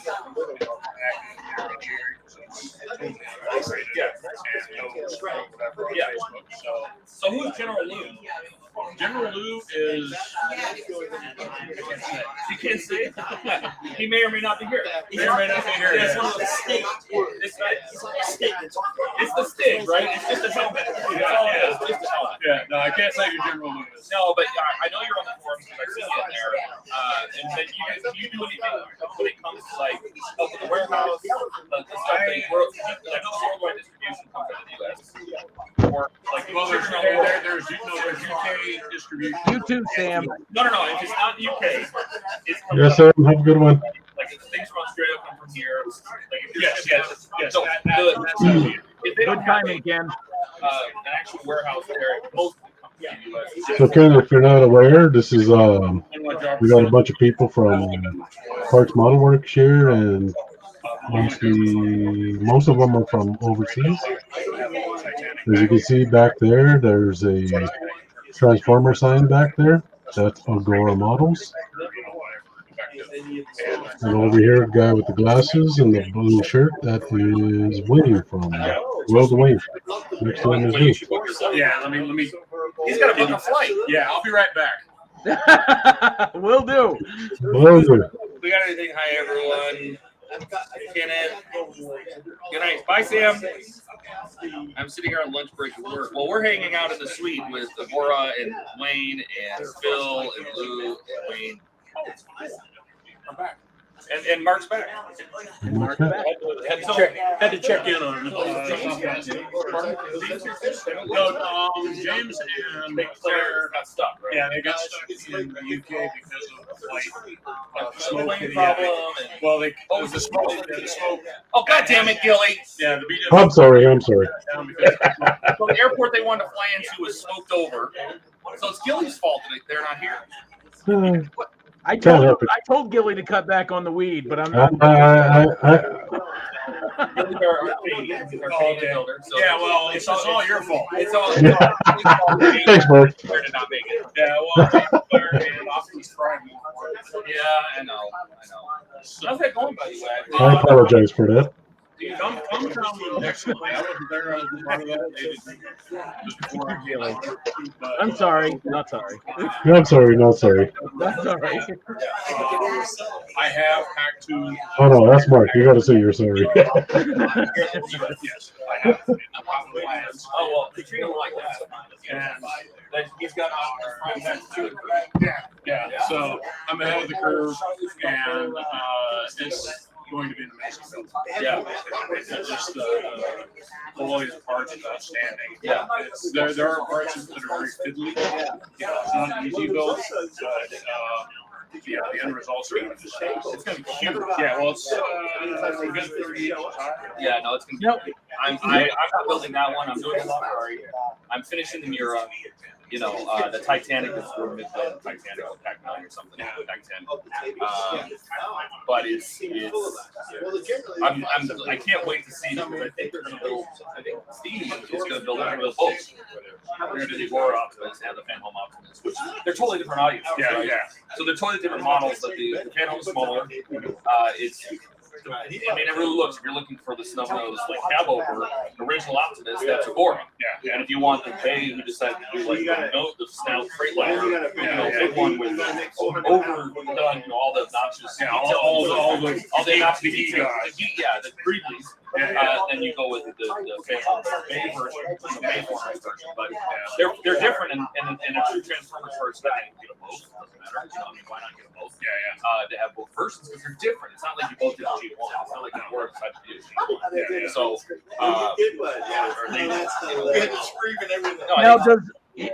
Here's a question: does Agora keep the fingers on the pulse of, say, like what France puts out for the four-stage test productions, like say the Peterbilt and other? Well, that's the Agostini. That was Altaia that did that. The Peterbilt test. Altaia's a division of the Agostini. So it's more likely that would come through a Phantom, than it would through Agora. He's either doing their own thing, or they kind of act as like the distributor for U.S. Hachette. A lot of Hachette stuff will come through Agora into the U.S. because Hachette doesn't have a presence here, so which is great for them because they get someplace to do all the logistics of it. That's why I said that would be like I would love to do the Tumbler, but you have to license here. Then you have to basically wait a year about after it's released, so you can start packing it into the Agora tax. You don't want the 12. Otherwise, you'll run over the end of it and you won't be able to ship it, right? So if we see the Tumbler, it's more likely that I think people are just doing Pack 10 of the Tumbler just now in the UK. There are forwarding agencies. Well, Ian's got one, right? Purple distribution will ship it here. I used, when I did the original Terminator, I did it through Headshot. Okay. Agora wasn't around yet. I had started the Terminator and I was shipping over with 410. It was $50 every time, and I would make 2 issues, 2 months. It costs us half the cost. I'm doing that with Porsche for Nexo. I'm getting every 2 months so I can get free shipping. Get my last pack after Porsche. And then when Agora came online with their Terminator, I asked them, I said, can I start with 10? And they said, no, because again, they were just like you were having to do warehouse things. Pack 1s come in and Pack 2s come in. They said, we won't have Pack 10 for 10 months. And at that point, I would have been done. But so I won't do that again. Yeah, but it does add cost. But I do think the tumbler's coming. I believe at some point it will make it here. It's probably going to be next year. I'm guessing. Well, and they, like I said, you have to get through licensing. Yeah. Are you gonna sit? You gonna sit and talk? Fine. I can't do all the talking. I gotta eat and drink. I'm waiting for Liam to stop talking, but I don't think he does. Well, he's with Ian, so we're sure. I was just gonna say Ian's with him. Being on tour for the leopard tank. So. Oh yeah. Yeah, he wanted to do the Optimus too. Hey, Donnie. Ian. His wife is doing that. Hey, look, Donnie's on and he's not even on. Donnie's supposed to be driving. You better be driving and not texting. Yeah, Don't be right. on our screens while you're driving. Let me go see if I can drag Liam over here. Yeah, so let's see if we can get Liam. Hey, Todd. Is Agora a pry bar? is Agora the type of company that would look into doing, say, what D'Agostini or whatever in France does? Testing? No, they're different. They're separate. Okay. They're separate. I love the T-shirt. Hey, what's going on? We haven't actually met. No. Well, we've talked on the phone. We've talked We talked on the phone way back in like 2018 when I first talked to all of you. You were all on the phone. I was quiet. Yeah, So, voice to text is great. Right? This is Liam from Agora, and we were already talking about how James and Claire got stuck, right? Because we have our local Canadian hobby builder out here, so we're blaming him for all the smoke that closed BWI and blocked our plane from coming. And that's why the Optimus is not here. So, no, you had a question. Eric had a question about like when companies like Altaia, which is D'Agostini in France, they just did a test of like the Peterbilt, which is very strange that they would do an American truck in France. Why would that be successful? It seemed like that would just bomb immediately versus like a Scania or something like that.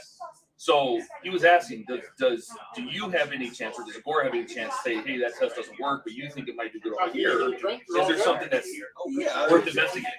Yes. Funny food if you want. In terms of it's possible, but there's speak up. Yes. But it kind of depends on many factors. But we have seen some products that have been developed as a test in the past, and for whatever reason was not picked up as a national launch. We've been able to bring it to the model. Yeah. So in principle, yes, but there's many factors where. Yeah, there's a couple tests I've seen go. The Hogwarts Express. I cannot believe that did not come to fruition. I mean, with as many Harry Potter fans, how can the world for that not to come forward? Well, and that's with the Warner Brothers license, so it's not necessarily easy for anybody to get. And I think sometimes there are licensing challenges in certain products, but you're right. I mean, I can't believe that's not already accepted. No, that, and the reason, I get it that it's tough, but if Lego can put out a big one, what I mean? It's not impossible. And obviously, it's unless it's a competing thing. If they say, oh, this part might hurt the Lego sales of that same size, roughly, that Lego doesn't want that. They want it exclusive on that train for a while, maybe a year, and then it's possible. I didn't realize we started digging into licensing how much it does that, where they sit there and go, this person has that exclusive for this amount of time, and then somebody else can do it, you know what I mean? Yeah, absolutely. That's the case. I think you have to find a particular way of selling the model and making it unique and different, very different, and stand out, as we have done with Hasbro and our Optimus Prime, which of it, as Todd said, should be here. Yeah. We did show it at Comic Con in London, where it didn't have to get on a plane, so it was able to be there, and the reaction was fantastic. Yeah. And to see people actually view the model, play with the model, take photos of the model was amazing. So I love all the cosplay pictures. All the people in cosplay. And what was really interesting is that you just based the whole booth around the Optimus Prime. There was no other Agora models there. It was all about it was just this. Oh yeah, look at the back. Yeah, look at the back.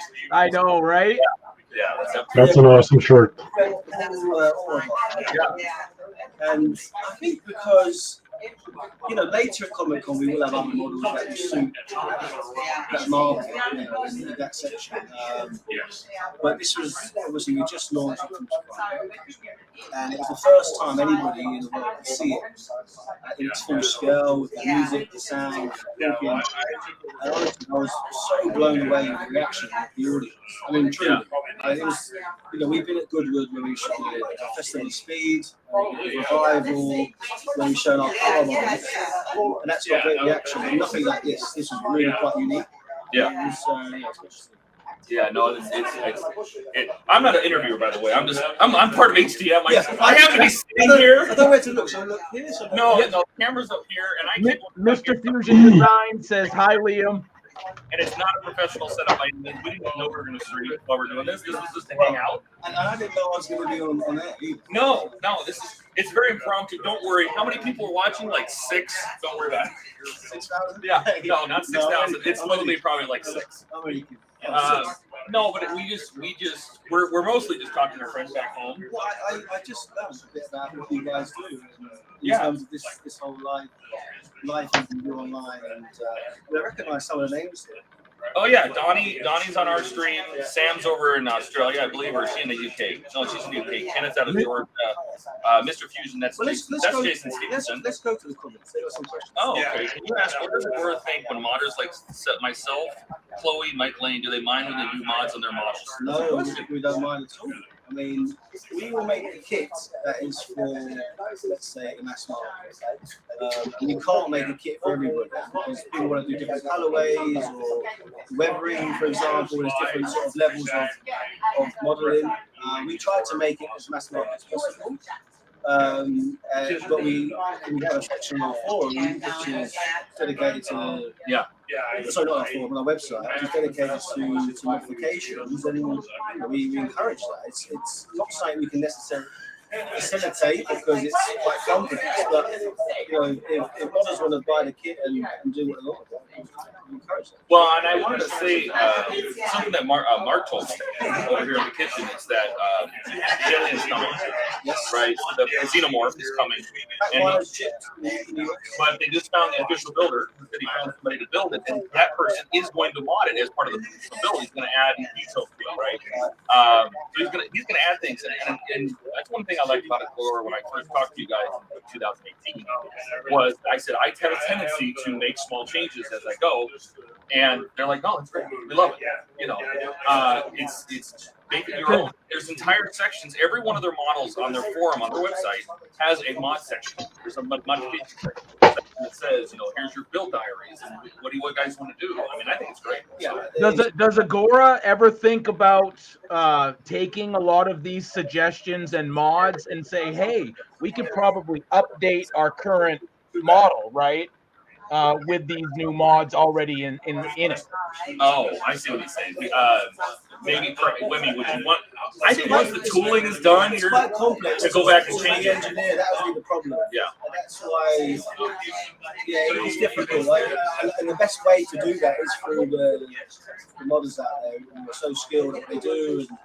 And we love that. I mean, we love the personalization of the model. It's all about your own emotion to it and how you're connected to that particular model.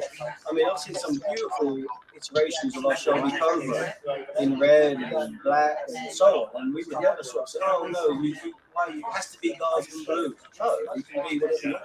Yeah, there's because I know where Jason's coming from. There's been sometimes that there's a little bit of a fight, and sometimes they get right on board and they'll help them. They'll say, "Here's some." I think was it Mike or Chloe or one of them? They even got some of the designs or specifications for some of the models to help that, like that stuff, to be able to help design some of the stuff and say, hey, while I'm going to use the Naira example, the displays. That's a big thing that people are changing right now. They're changing out the static, cards for an actual LCD or LED screen, and to say, we'll give you the drawing of the dashboard.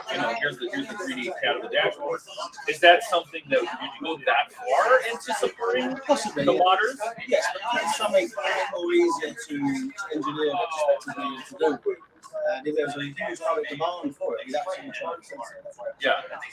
Something like Jason said, hey, I'd love to do this thing. If he reached out and said, yeah, I want to do this modification for the Stingray, and I want to design wheels that are waiting at the hub offset of the design of the thing, the 3D, is that? It's a good question. I don't have the honest answer, but we're open to all sorts of things like that. I just wonder if that'd be easier, We have a viewer Yes. We have a viewer, Crafty Chris from the UK, said would love to see another bus release. They love the Route Master.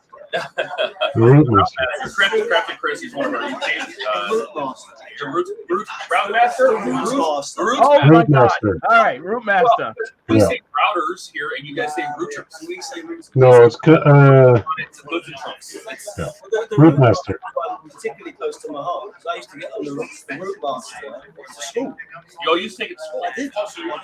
Yeah. Not the particular one we do. I was on the 88 to go from Acton to Okay. So anybody- What was it, the style? That style. Oh, yeah, Okay, yeah. Just the Todd. advertising. Todd, who is the other UK? Is his name Dave that has this collection of Route Master buses?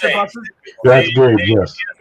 Speaking of modding, he makes like different versions of that bus, and it's, He simply amazing. takes the Bora, or I probably started with a shed, and he made a blue one and a white one, all the different variations of that style. He's like a Route Master specialist. Well, I think he drove them. I think he drove them, or he worked on them. Or Yeah, he used to drive them. Then he worked on them.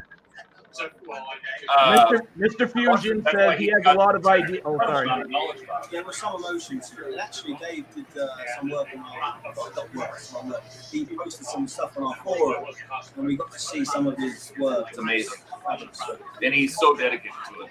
He's serious about it, and I think he's done videos for all the different ones. Not just here's one of my builds. He's literally, I'm working on the red and white one. I'm working on the blue one. I'm working on the red one. It's insane, but he's amazing. He does great. Speaking of modding, Mr. Fusion Design says I have a lot of ideas on mods for the Prime, so I'll be subscribing soon to the collection. Well, first I'd like to say thank you very much if you're subscribing soon. Secondly, as for your mods, I mean, again, look, Optimus Prime, we've had to create this character from 1984. The next year is actually the 40th anniversary of G1. And there's going to be a lot of activity next year, including a new movie that Hasbro's doing. So we've had to create a model, something that was drawings, essentially. So it's our best interpretation of how we see it. Now, again, of course, there's going to be certain different parts, whether it's a different style, different look, or some weathering, different scenery, whatever. But we do expect that to be modified. That's what it's there for. Now, do you see now that you have a connection with Hasbro, do you see future Terminators or Transformers? The Bumblebees or the planes or things. I mean, or is it because the OP is so iconic, the leader? You mean Megatron? You know what I mean? There's Megatron, there's Starscream, there's Bumblebee, as you said. I mean, it comes down to the demand. Yeah. If there's a demand for it enough, and people really want it, then I'm just picturing Megatron standing next to at a minimum, the OP versus Megatron in the same scale. Sure. Yeah.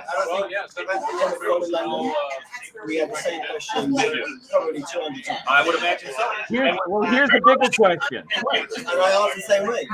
Yeah. So Todd. Demand was true. Yeah. Bumblebee is also pretty popular, but I mean, we will try it. We will try it. I mean, again, it comes down to what people want. The kid in the Bumblebee. Oh yeah. Todd. Yeah, they got up. Todd, here's a question for Agora as well. Going on the Prime, the Optimus Prime, was there ever a decision in the process to ever make it a transforming model as opposed to a static? Was there a limitation being able to make it? I've heard things. Nice. It transformed. Good That's question. for Hasbro. I think it's not. It wasn't. I wouldn't necessarily say it was a licensing problem. It was more of an engineering challenge because our model is weighs 12 kilograms, and to try and make the kit that we wanted to do, Optimus standing in his posable, where he can bend down, he can do this, weaponry. To then try and make that into something that transforms. I mean, we're talking about. It would have been years of development and very, very difficult to actually make work where customers would have been happy with it. RoboZen, who's another company, Hasbro, they have the transformed version, but it's so big, it's half the size of our one. Fantastic product, really truly fantastic product, but it's a different product. And our one would have been very, very good to actually transform, and to have the same quality die cast and the materials that you see on the end product. So that's It's Jason. That's excellent. I hope you do make a. I'd love to see you make a drum. Jason, are you talking about one of the mods you're talking about? Thinking of is the modifying bass. Yes, Modifying that the is bass, a mod. lighting, sound, music. Yes, Yours does have sound. The base will have sound and it'll have lights. Okay. And it has the mix shield. Yeah. So again, I mean, that's something you could very easily modify. Yeah. Okay. The way the kit is. So it has lights and sound already. So, but if you wanted to add a smoke generator, it's pretty good size. It's probably hollow, right? Yeah, you could paint it in different colors. Yeah. For different scenes. Of Ooh, volcano. I picture him on the volcano. Got lava light. I think that was a second choice. Yeah, really? We went the other way. Oh, no, I think that would have been epic. But how many times is Optimus Prime standing in a volcano? Right. Different diorama for it. She's going to do some kind of building or something. Do a volcano. Volcano. Same thing she's doing with the dry ice. Like your old school project, get the dry ice. That's what she wants to do with the Terminator too. She wants to make the Terminator. She wants to make the best for it. To look like it's one. She should put flesh on half of it. But the Buck has a question. Yes. That was from I think the second one where basically just going walking around. Yeah. Yeah. Illusions of grandeur. Yeah. Buck, hey Todd, Buck has a question. Any idea if Agora will release the Disney Dollhouse? That is a Yes. product. I'm also interested in it because my girlfriend is interested in building it. So honestly, I don't know. I do think it's a wonderful product. I don't know. It's the honest answer. I mean, I hope that. What I do hope is that everybody around the world has the opportunity to order it and to be able to build it. I mean, as we just talked about the T800, that was the first product we brought to North America from Europe, and it was about making sure that people in the local market could get it regionally, locally, and not have to pay crazy shipping costs, freight costs, or wait for it to be delivered over a longer time that is more common to the European business model. But so yeah, I mean, this will be something that, of course, we hope one day will be in the US. now, and I remember I asked Claire as soon as the Tumbler was released. I asked her right away. I said, as soon as it released, I said, "Is that coming?" I said, "Ours is the exact same as that one." Yeah, and it's. I sit there and I go, "It is so far. It looks like a great build." From people I'm watching build in the UK, and of course, there's forwarding services I could have done again. Try to get it here. But my question comes around when you're doing stuff, you pack them differently, right? Instead of a weekly at a news agent or 4 days a month or something like that, you pack them into 12. Share a Agora carton and then So what I mean is you have to wait so long after let's say you got an approval and you had licensing in place to do the Tumbler. You have to wait a year or 18 months until there's enough parts out that you can pack them out and get them out every month. I mean, again, it does depend on per product basis. I mean, technically, if you just said, if you look at the Titanic, which is something we're doing with I'm building it. Yeah, right. Sure. Something we're doing from the UK launch. We can't go and develop the rest of the series so that it's finished in 6 months. Right. Because we're all working together, and the development time is based on the 2.5 3 years process. So, and that's a good example where we can't just say, okay, we've done pack 10 ships this week in the US. Yeah. We can't just say, okay, we want to do the next 13 packs quickly, 14 packs quickly, because we're following a global production range. But again, it depends. I mean, some models we're able to do full kit from day one, because different economics or different development time. I mean, there's lots of variables, which is why I know it's a bit annoying. I can't just give a straight answer because it does depend on which model. Yeah. No, it's excellent. Let's use a completely different base to what Agora offers. So, like I said, if they want to send a Prime my way, that'd be cool. If they want something like an Optimus Prime. It's AgoraModels.com. You should delete that. What are you putting that on there for? Come on. Sorry, wrong button. Yeah. Any idea if Agora released the Disney Dollhouse? We did that one. I did. What am I gonna ask? I had a question. You were talking in a question. You know, Look at that fool in anyways. Yeah, we're not going. We're not going anywhere. Did the food show up? Is that? Oh, did you have some? Well, are you hungry? No, I actually ate before. Excellent. We're not going anywhere then. Yeah, Todd, take a break. You guys can go and eat. Like, go ahead. Don't worry about us. We'll just listen to you guys from the back. No, you know, it's you know, I know some of the background of where Agora We came can start dancing from. on the How did table. you pick the name? Gosh. Where did Agora Models? Where the name come from? Well, so the word Agora Greek, right? is a kind of a bit like this community of Yeah. like-minded Yeah. people. That's literally where it came from. But Who knows the Greek to be able to know that? well, sometimes you just have to think of a word. I mean, who knows what Google meant? No, I know, but somebody like who thought of it? You? I James? Who was it? What I would Was it written on a bathroom wall? Pin him in a corner. Pin him in a corner. It's a bar room. a woman In a pub somewhere. in the office. Oh, it's in the No, office. But well, the only part I can take credit for was adding the word model. Oh, then really? Yes. Well, that was ingenious. Taking and adding models to it. Just adding model. I was just curious. Because it then brought it to, you know, like, I mean, look, we all played different words, but the Agora word was, for me also, to answer the question truthfully, it's a very international word. Yeah. You can say in English, you can say in French, you can say in Spanish, and so on. And what it represents as the real word. And adding models to it, you know, a little bit of finesse. But the office together, we tried different words, and this was the everybody sort of said, yeah, that's my favorite. Yeah. I mean, the same sort of thing with the logo as well. We had the same process with the logo. That's mine. Oh, it's yours. Oh, Yeah. okay. What are you doing? What are you doing? What are you doing with my phone? What news somebody up to his crimes? What is everybody else doing? Are we doing okay here? We're doing Real good. fine. Real good. You guys are rocking it. We're rocking it. Keep it up. You guys are rocking it. I think, you know, like, Can we say thank you to Steve first? What? Can we say thank you to Steve for hosting this nice Thank you, shindig? Steve, thank you. It's Drinker's made Cave. the whole room. It goes all the way down here and around the corner, and Oh, should we call him president or sir? but it's lit like it. it's a presidential suite. Yeah. Hey, if somebody was saying JFK probably pooped right there on the couch. I think what I'm here, for example, it's not, we're not here to try and sell anything. That's not our ethos. We want to be people like yourself and everybody in the room and chats online, girls online.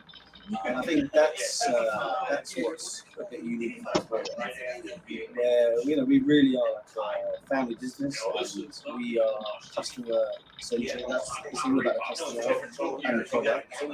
And you know, that's why we're here shooting the breeze and keep calling on. This is No, he had no idea this was going to happen. He thought he was going to come here and just hang out and do nothing. And, You got that one down? yeah, no, we're doing that. We're having stuff.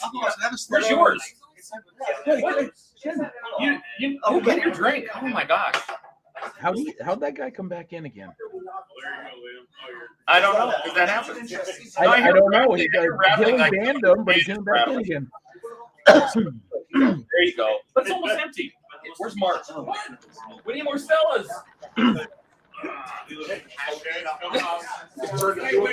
16 Hobbies, can you please grab this guy a drink? 16 Hobbies, grab this guy a drink.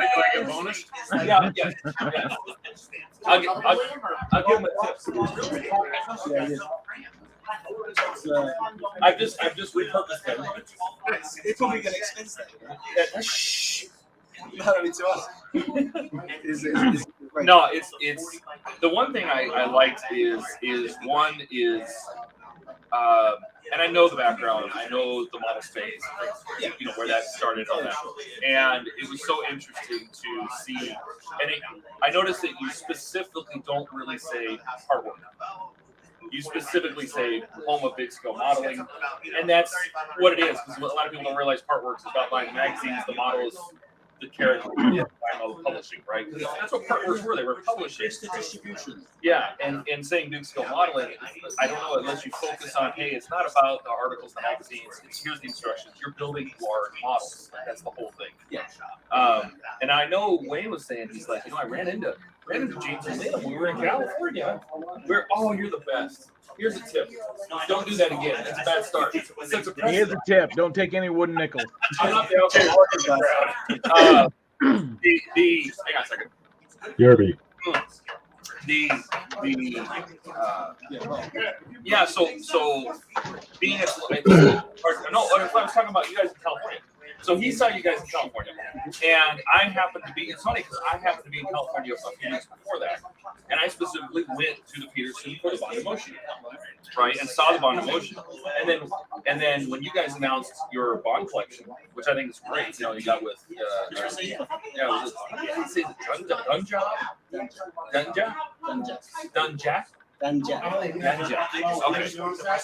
which I guess is basically the whole Ian Fleming kind of 007 world, and he's like, I saw them there, and I'm like, they must scan those cards because the selection has got to be. And he goes, yeah, I mean, it's and for the Bond collection that seems like such a big investment. I mean, that's going to be a big amount of work to put out 8 models of the same frame.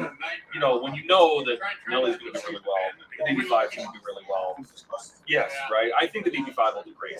I love that you guys have the 300 SL coming back out, right?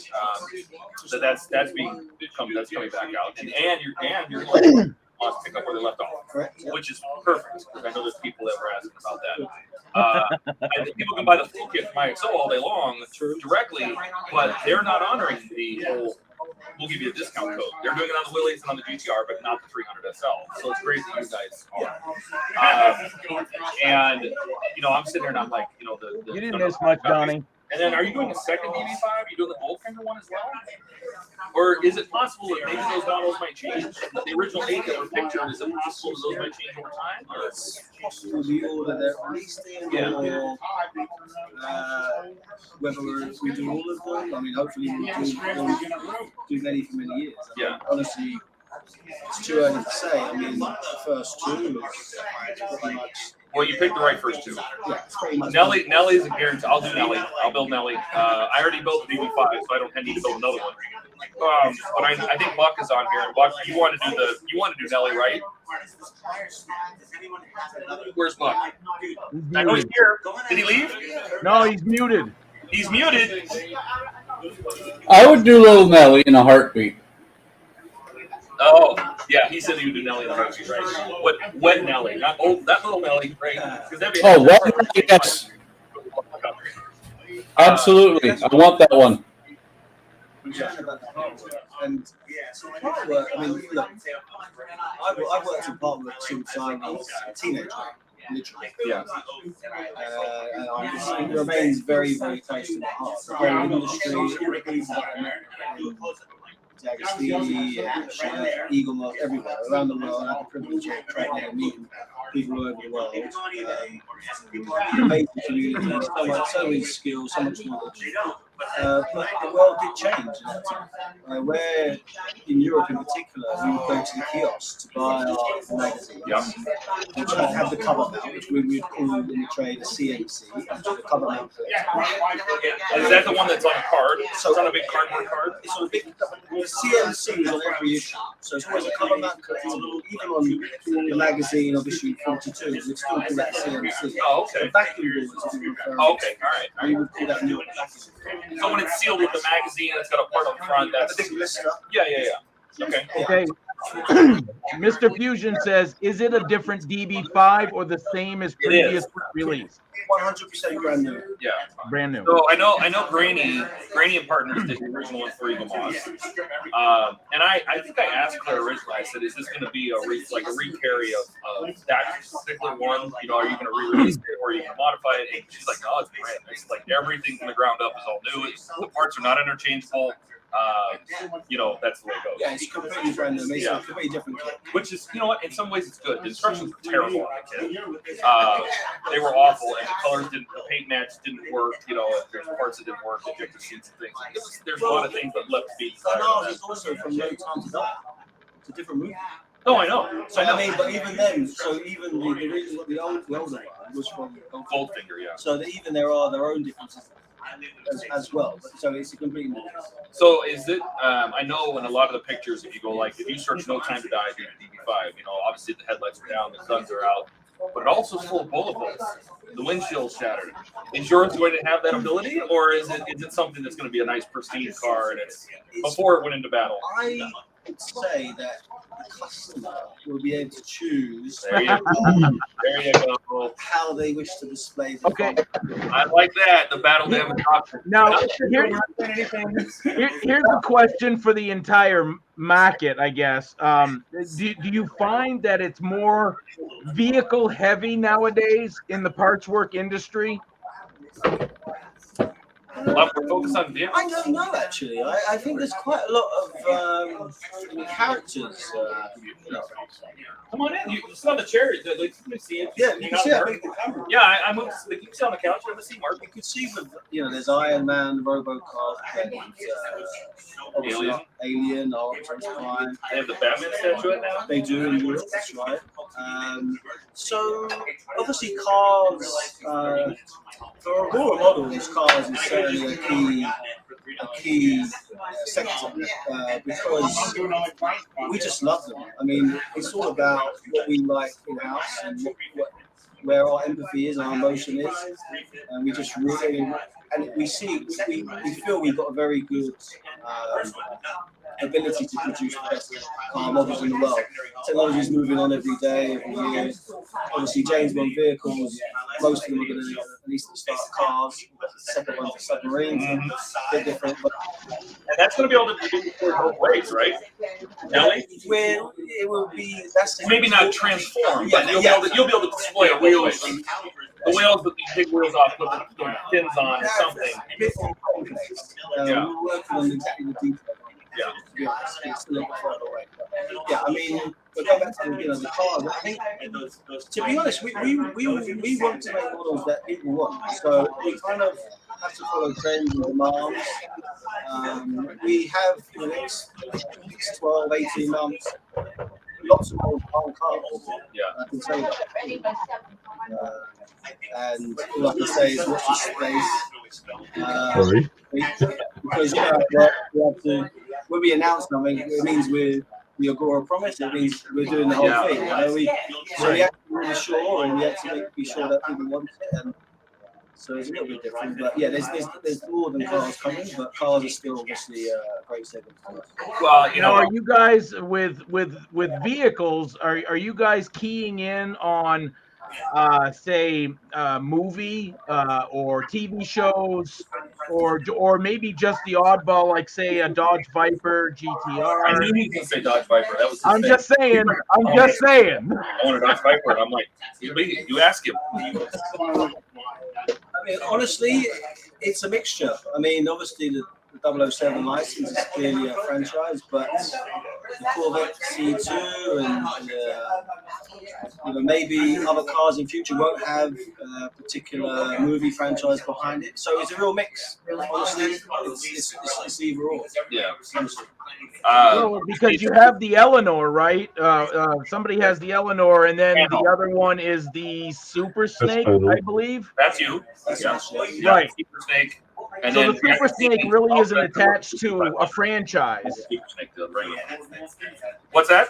So the Super Snake really isn't attached to a franchise, as opposed to the Eleanor is attached to Gone in 60 Seconds. It's a Shelby Super Snake. Yeah, it was one of one. So Carroll Shelby used it to test his tires, and it was very unique in terms of his idea was to make thousands and thousands of them.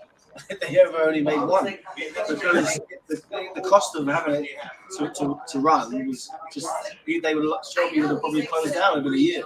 Yeah. So they made one, and it sold in the Lincoln auction in 2019, I believe, for a couple $1 million. Did you have to go find the car? Yes. So you had to go find it, scan it. You go to Gore Wow. Go to GoreModels.com and you'll see me, literally me, actually in Las Vegas, taking photos of the car and scanning the car and bringing it to life. Yeah, absolutely. So did you have to do that with Bond? I assume you did it at Bond and Motion, right? Same kind of thing. Same kind of thing. So we've done same sort of thing. Yeah, absolutely. We've been to Right. You have to scan the real car. Yeah. If it exists, you must scan it. Optimus Prime, we couldn't go and scan. No, it. you couldn't. No. Right. No, that because I've always been curious. When I first started digging into all the part works, I was talking to people, Eagle Moss, years ago, and started realizing what it takes to get these. That's why it means a lot to me about the Bond collection, because that is a big leap for you guys, for Gore, to be able to commit to these 8 models. And I'm thinking about the R&D, the scanning, the building, the tooling, the prototyping, back to tooling, things like that. There's so much time and investment in it, and you got to do that 8 times. That's a huge commitment from you guys. Yes. Yes, but we just truly believe. Yeah, we really do. I mean, it's like, Yeah, Todd's our go-to guy for the U.S. here that does all that work, and we really appreciate everything he does for it. And he's the one that really pushes you guys for the part works. What are you saying, Gilly? Todd is our guy, our go-to guy for part works. Yeah. Yeah. He pushes all you guys for doing everything you guys do. Oh, thank you very much. I wish I heard that firsthand. Yeah, no, he said he appreciates all the stuff we're doing. I can't turn this up anymore.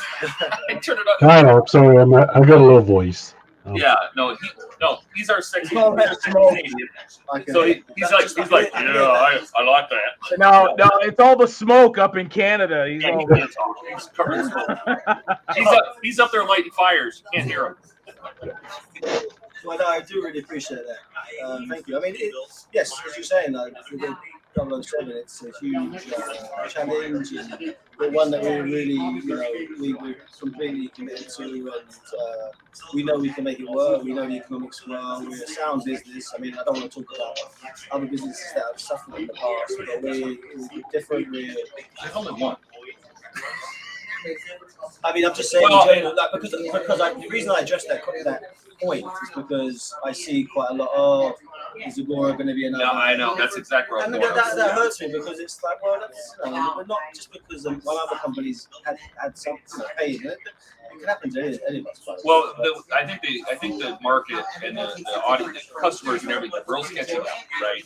Because they were already worried committing to a 2-year build, right? They were committing to something they weren't getting up front. And this is with Eagle Moss. We can say it. It's not, you don't have to say it. Don't say anything. Because I got affected because I had 3 builds going Eagle Moss. And you could just feel there was things going wrong before it actually happened, right? It felt like they had a fire sale towards the end. Their financials weren't looking good even before that. They were struggling to get models out, struggling to get packages out. They were in customer service. It just kept getting, what's not coming? Then when I started digging into custom shipments, and you start figuring out, that's how I learned Brainy and IXO and PCT and Telegram. And I learned all these companies. I'm like, who makes who manufactures these? And they stopped getting shipments in April. And here we are in June. And I'm like, nothing's coming to the country. How can they tell me it's going to be here? Oh, it's waiting, and they went through 3 different 3PLs, third-party logistics, right? Can't go, it's a big mess.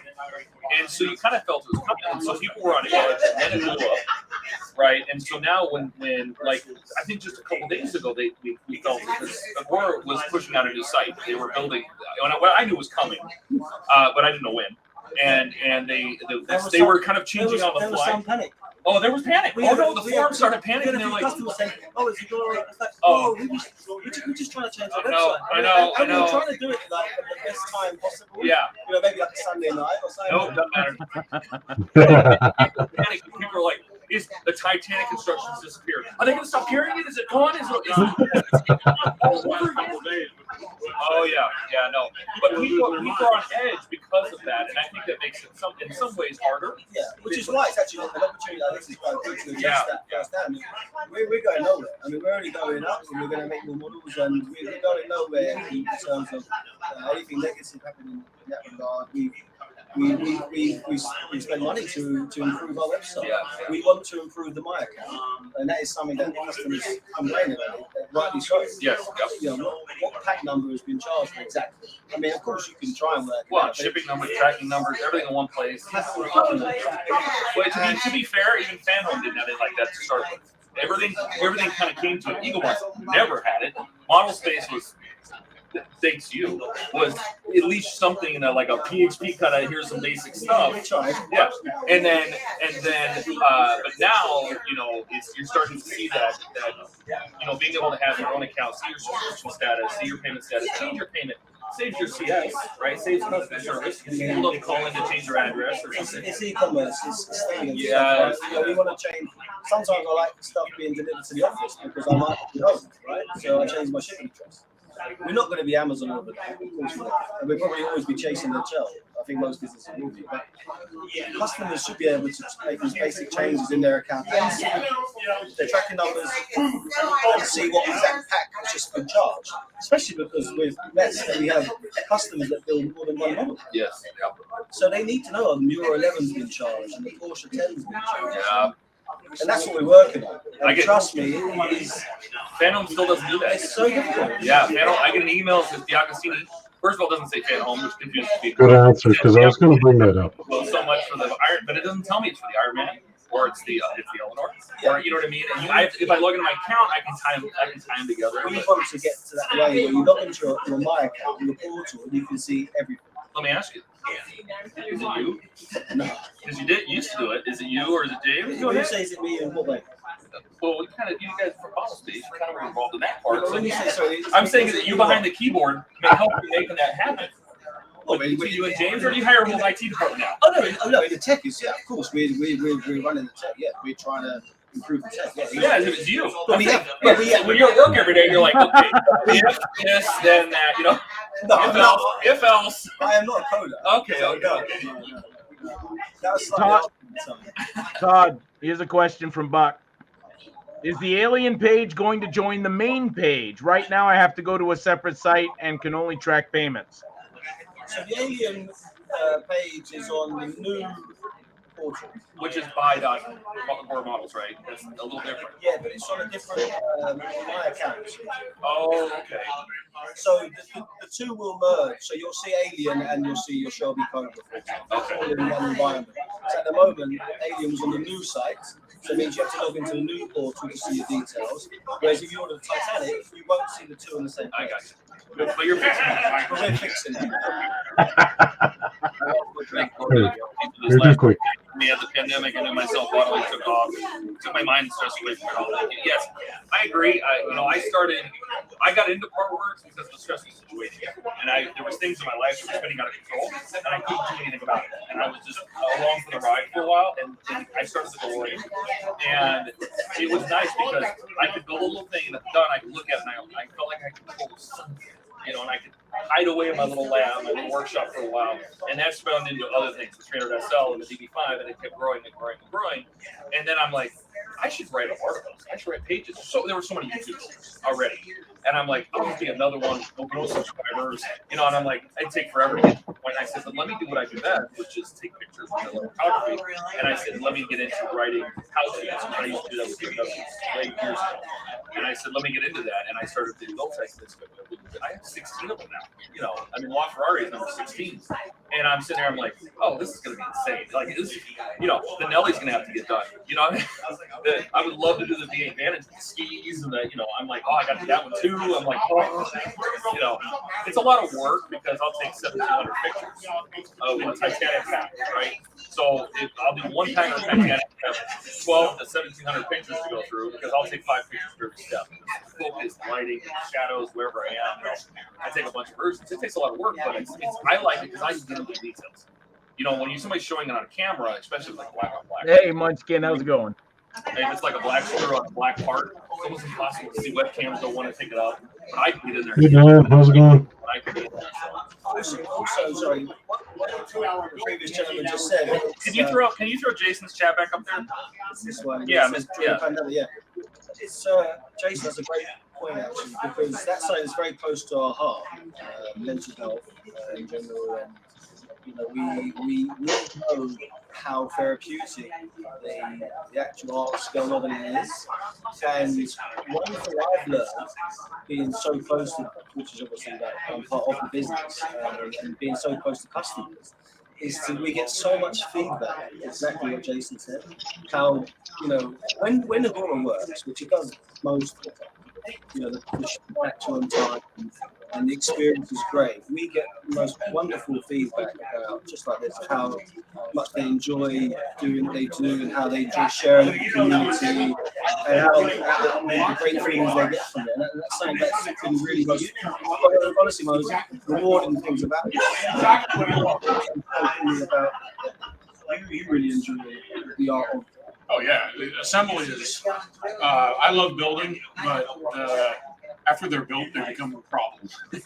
Finding the place. I know that. You know, and You have quite a few big ones. yes, I do. 8 scale cars are my thing.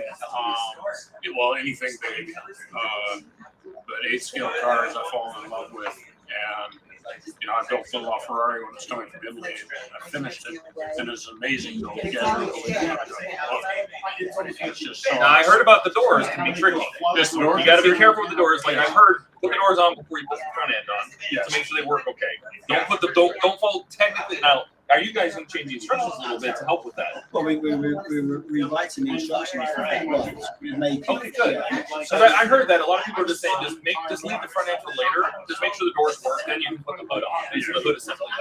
And if you wait, you know, because I guess normally the hood assembly comes on, then the doors come on, and then something later. And if you don't do it right, there's gears in there. And gears, doors. Yeah.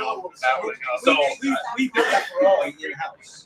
Yeah. When we were sort of about to commit to doing the mod, which obviously the lockdown. Yeah, because Wayne said he saw it. You guys. That's right. Yeah. Wayne came to Canterbury HQ and we built it. Yeah. We didn't have the problem.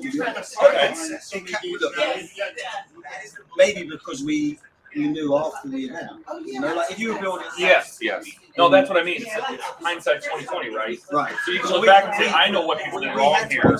Yeah. Yeah, so we know this kit's obviously we're actually one or two markets around the world before ours.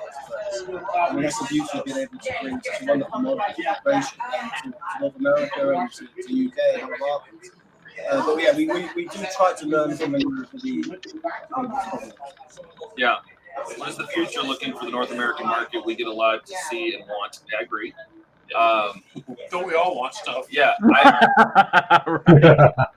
You know what I have to say, there is probably more part works now than there's ever been.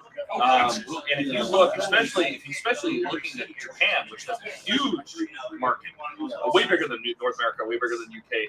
They have stuff that a lot of it's Japanese based. You know, it's Kotaku and Mazinga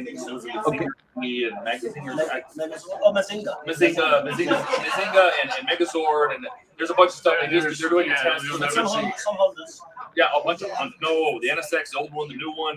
You know, the Toyota Summit, the 2000 GT. They have a ton of Japanese stuff. And I would love the NSX to come here, the new one, right? I would love to see that one. You know, but and there's some, you know, Kosher, this is, I guess, releasing the Ventor at the end. But they're global and they'll ship anywhere, which is okay. Is it poker or poacher? It's poker. Yeah, it's RCH. Okay, like cards. Yeah. I've been saying around the whole damn time. I did for years too. So I'm gonna say Agora.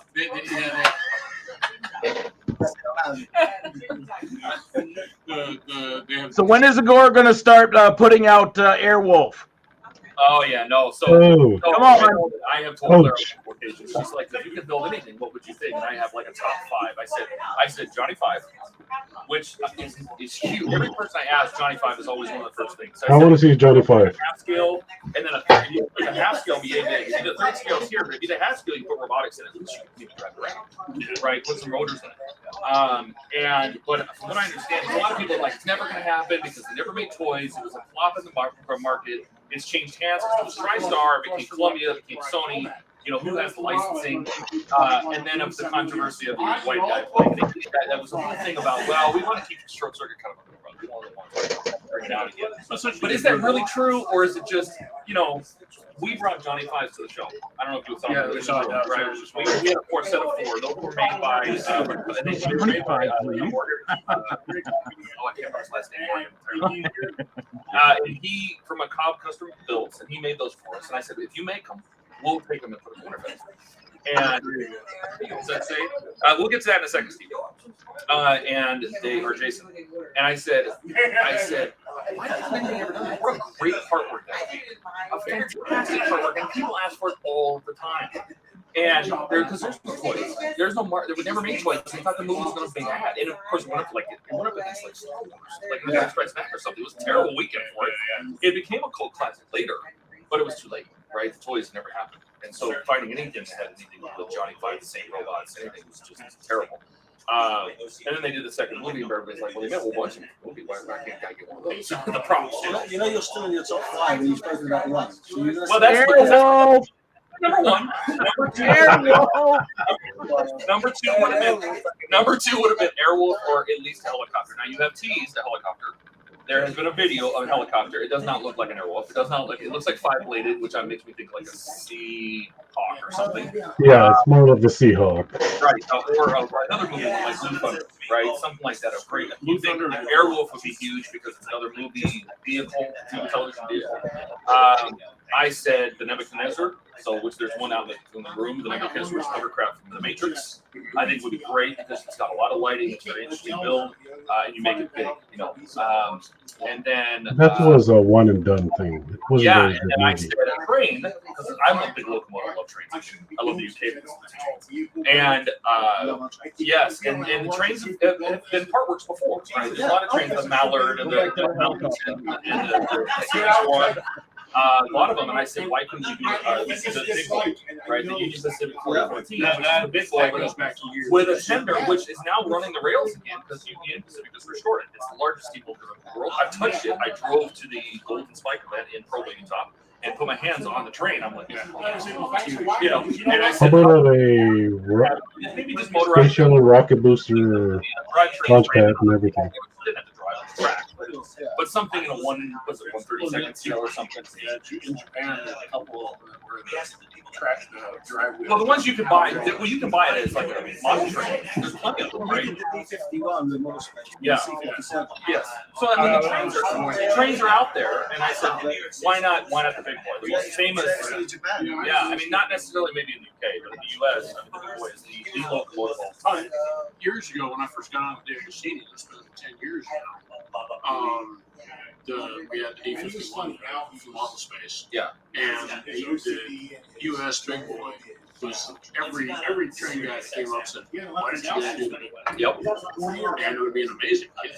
Oh no, I think that would be amazing. And then all of the ideas you just said, plus obviously even this one, and this one. Oh yeah, the test trial. That's the GTR from Fast and Furious. I think it was Paul Walker's first car. They're doing a test.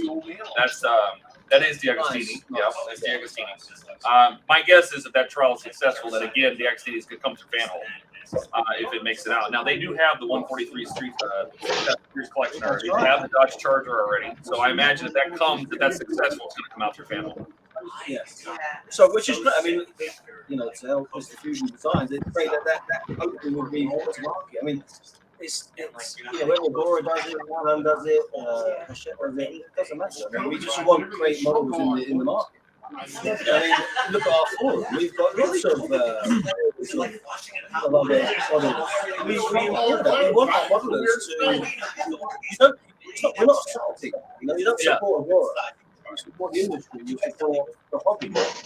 we're just one of the teams that's playing the game. Well, you know what? It's interesting you say that because Tommy is coming out with their big 1/350th Kickstarter TOS Enterprise, and I signed up for it. I have one coming, but not because of TOS. I don't really. That's not my Tommy Toys. Oh, okay. Yeah, and so Tommy TOMY. Right. So they did a Kickstarter for this big 37-inch TOS Enterprise, and it's going to look great, right? Basically, right? But this one's fully built. You open it to the box, right? It's separatable. It's lighting, sound, and things. You built it. It was only $600, which was really good for what it is, right? It was all metal, And I supported them. I signed up for the Kickstarter. I don't really have interest in the TOS Enterprise. I'm more of a refit fan, Enterprise D fan, Voyager, things like that. But I to contribute to Rates. That's exactly what I did. I said I'll give them the 600 because hopefully it's successful. Yes, they'll do the refit, or they'll do the thing. It's the same kind of idea. It's yeah. We don't try and compete with our competitors. It's a big pool, it's a big ocean, and we just love to do what we do, and we appreciate so much some of the other stuff that the other businesses do. I mean, we really do. It's like fantastic stuff. Is there more this than this? Like when it comes to working with the senior head chef? I don't even know what that means. No, like there's more. Is it more like you do your thing, I do my thing, or is it more like you guys? There's some communication there, and it's hey, we're going to do it in this market. We're doing this market. The industrial espionage is a communication. Is it really still? I mean, I would think there's only a few people, right? It's basically there's only like 4 companies to do the. I mean, manufacturing. There's only so many that they can do the distribution, and the big player. You lost one of them; they're gone. So really, I mean, is it still kind of like this is my playground, it's your playground, you guys stay over there? Or, I mean, I can't speak for the other guys, honestly. Yeah. But we just do what we do, and we certainly don't try and do something that's going to be done by somebody else. We focus on what we love, focus on what we're going to do. But we as I said, like, just look at our forum, look at our blogs. We're all about the whole community. Everything is one ecosystem, and we really appreciate some of the other stuff that the other guys are doing. And it's like, if anything, it's healthy competition. It makes you better. It makes you come up with better ideas, better innovation, better technology, just basically delivering better products to the market. Would you say, and this is a curiosity of mine, is where is the biggest customer base? Is it in the UK? Is it in the US?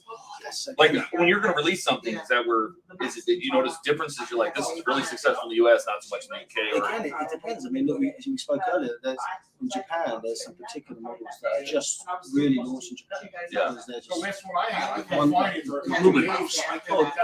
they did bring that actually into Europe, but like Japan self-defense solutions, for example. Yeah. That's a very local product. And there's products that are done in certain parts of Europe, or so it really you can't compare it on a sort of like audience base.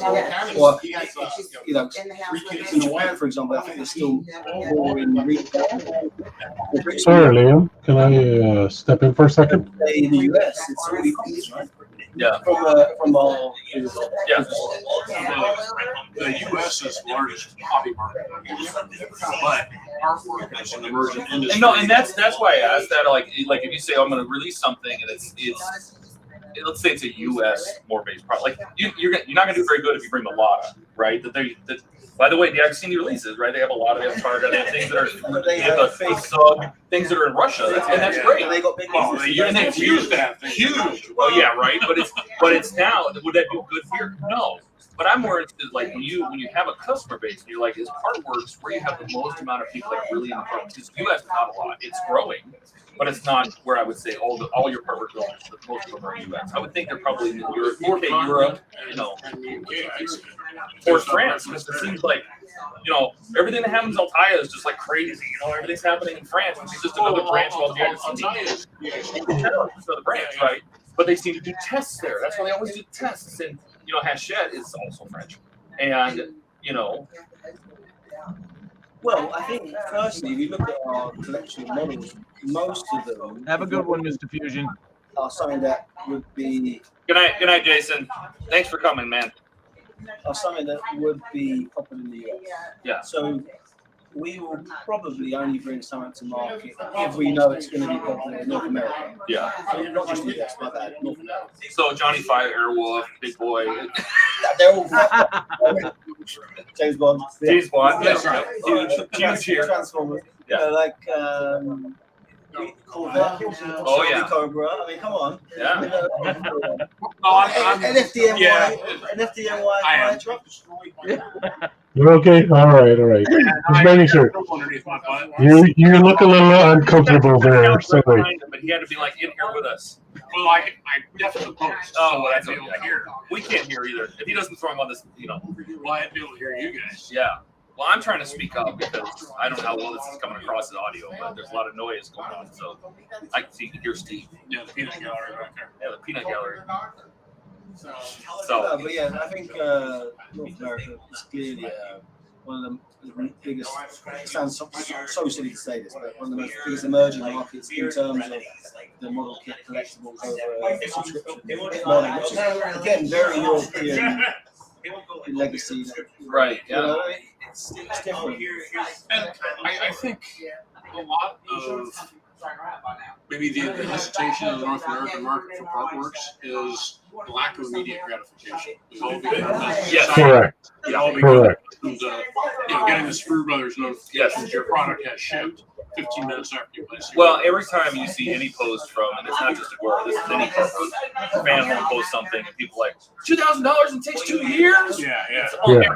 Every time. Do you see add that up? It's $2,000. And I sit there and I say, what happened was really bad with the Enterprise. When the Enterprise D came out, which is better, right? When that kit came out, people were like, how much? Well, I've talked to people about the Enterprise D and how it came about, why it has so many parts. There's a lot to it. But when the people would ask the thing, I'm like, I would in my head, I sit there and go, where else are you going to get a 31-inch or whatever it is? Enterprise D. If you think you can do better and you can go find a big one someplace else, let me know. 3D printing now. But no, you can't. And where it's die-cast metal, where it's lift, where it's, you couldn't do it. Yeah. Right? And I think it's a different, and it's licensed, yeah, and it's a different market that they're starting to learn. People, because I get people that write on my sites that like comments on my stuff, they're all from America, and they don't have anything. So I think a lot of people, you're right. I think it's instant gratification. Like, why can't I buy the full kit? Why can't I do all this right away? There's some people I'm sure that would just drop $2,000 just to have this Stingray done. I'll just ship it to me, just ready, and I'll put it on the shelf. Exactly. That's that question I was going to ask. That's earlier versus a model build, right? Yeah. I was going to ask, is there a way we can get a Artworks where I can buy it up front and have everything all set? Has a lot of full kits built already. They have a lot of full kits ready already. Yeah. Yeah, that's what I mean. But on in a three-part system. Yeah, so I built that. If you go to my site, go to my Artworks and look at the directory because I list all their full kits. Yeah, I seen that. Yeah. Like take a 3-part payment and then have everything ready. It's hard to hear you. 3-part payment and have everything ready and done. Oh, I got you. Yeah, like break it up in payments for a full kit. Yes, I mean if the full kit exists, then of course. Yeah, if it exists. Yes, if it exists, if it's already fully developed and fully launched, then you want to contact us and just do, okay, can I play like Klarna, for example, that style, like 1 month, 2 months, 3 months. Yeah, that's fine. Oh, there you go. Yeah, you can make payments on it, buy a full kit. Well, like what I mean is, like you have it ready. Like I like to buy kits right off the. It depends. For example, the Titanic, we're only on pack 10 of 24, so it'd be impossible. We would not take your dollars for a full kit. That's why you can't buy a full kit because we don't have it. You don't have it ready yet. No, we don't. We're only on pack 10 of 24, so it means the next 13 or 14 months or so, a bit longer because every 6 weeks, just to be clear. But it means over 2 years, we wouldn't want to take your full purchase without being able to honor and deliver the full kit, which is why the subscription model exists. Exactly. Yeah, I get that part. Yeah. But what we will have noticed, and what has been very popular with some of our customers, is we do the accelerator offer.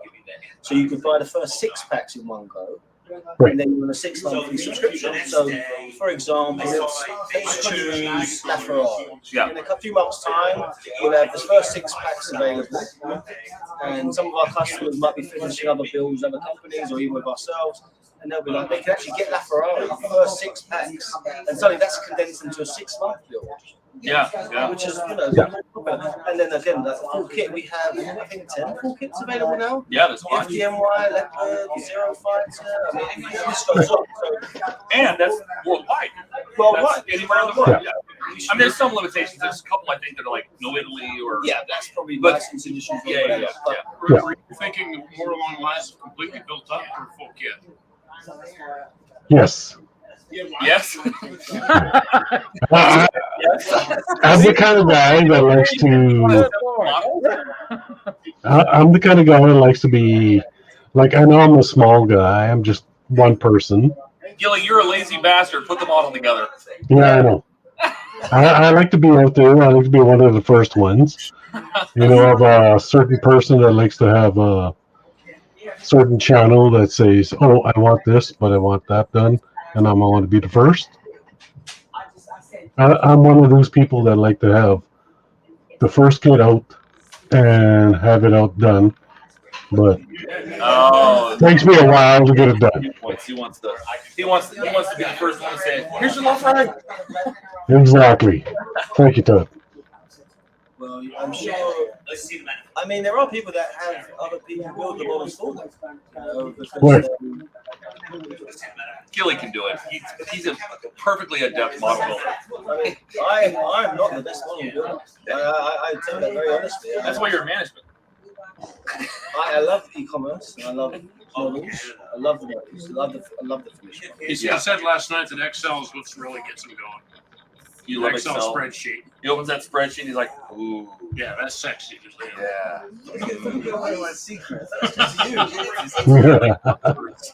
No, I love the community. I love the people. I love the hobby. My patience, not great. I mean, when it comes to. So you're not a partwork customer. You don't have to wait another month for 4 more issues. No, actually the patience of assembly. I get quite frustrated. Oh, you just want it done. So I have to kind of nail it out in like a bank holiday in the UK. We have like 3-day bank holiday weekends. That's what I'll try and do. I wonder though if he's got a point though. Would you think there would be a market for the model assembly?